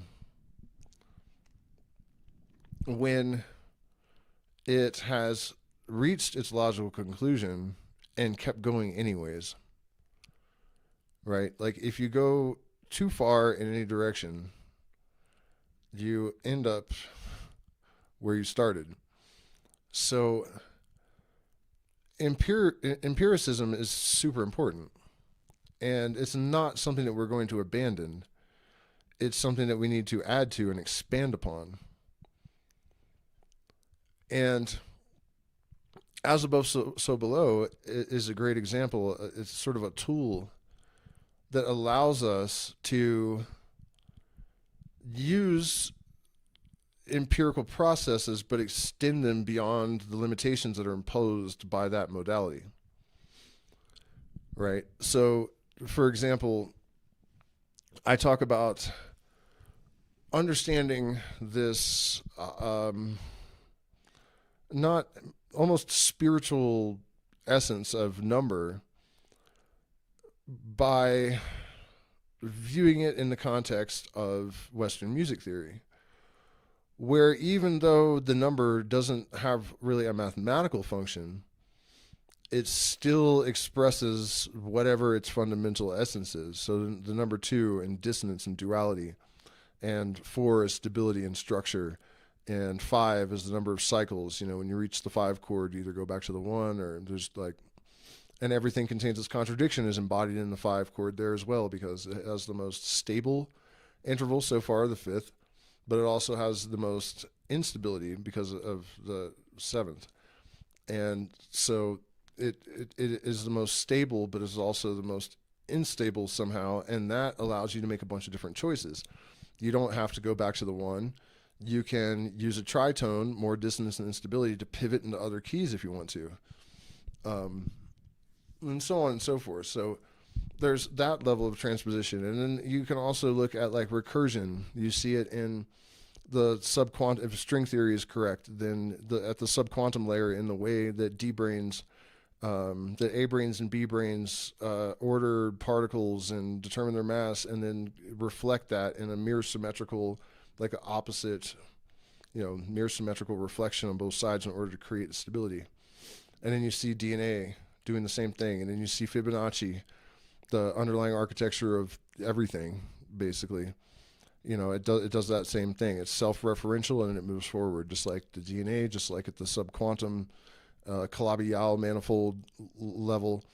And then you see in information systems the same principles, and then if you extrapolate from that and go, okay, well, if everything does this at these micro levels, then the universe probably does this as well, which means that Penrose is probably correct about his cyclic conformal cosmology. You know what I mean? So it gives us the ability to have relative certainty in matters that are not directly measurable. And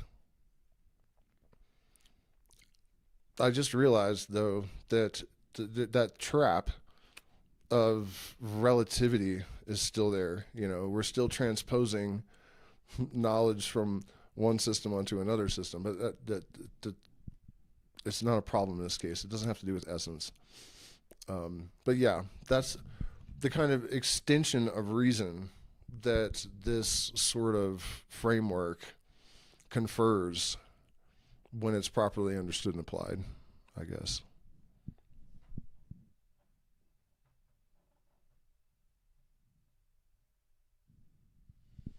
All right, I see no questions or suggestions in the chat, and I'm pretty tired. So thank you guys so much for spending this time with me. Please hit the like button, share, subscribe, consider becoming a patron. We're demonetized, so we rely on the community for support.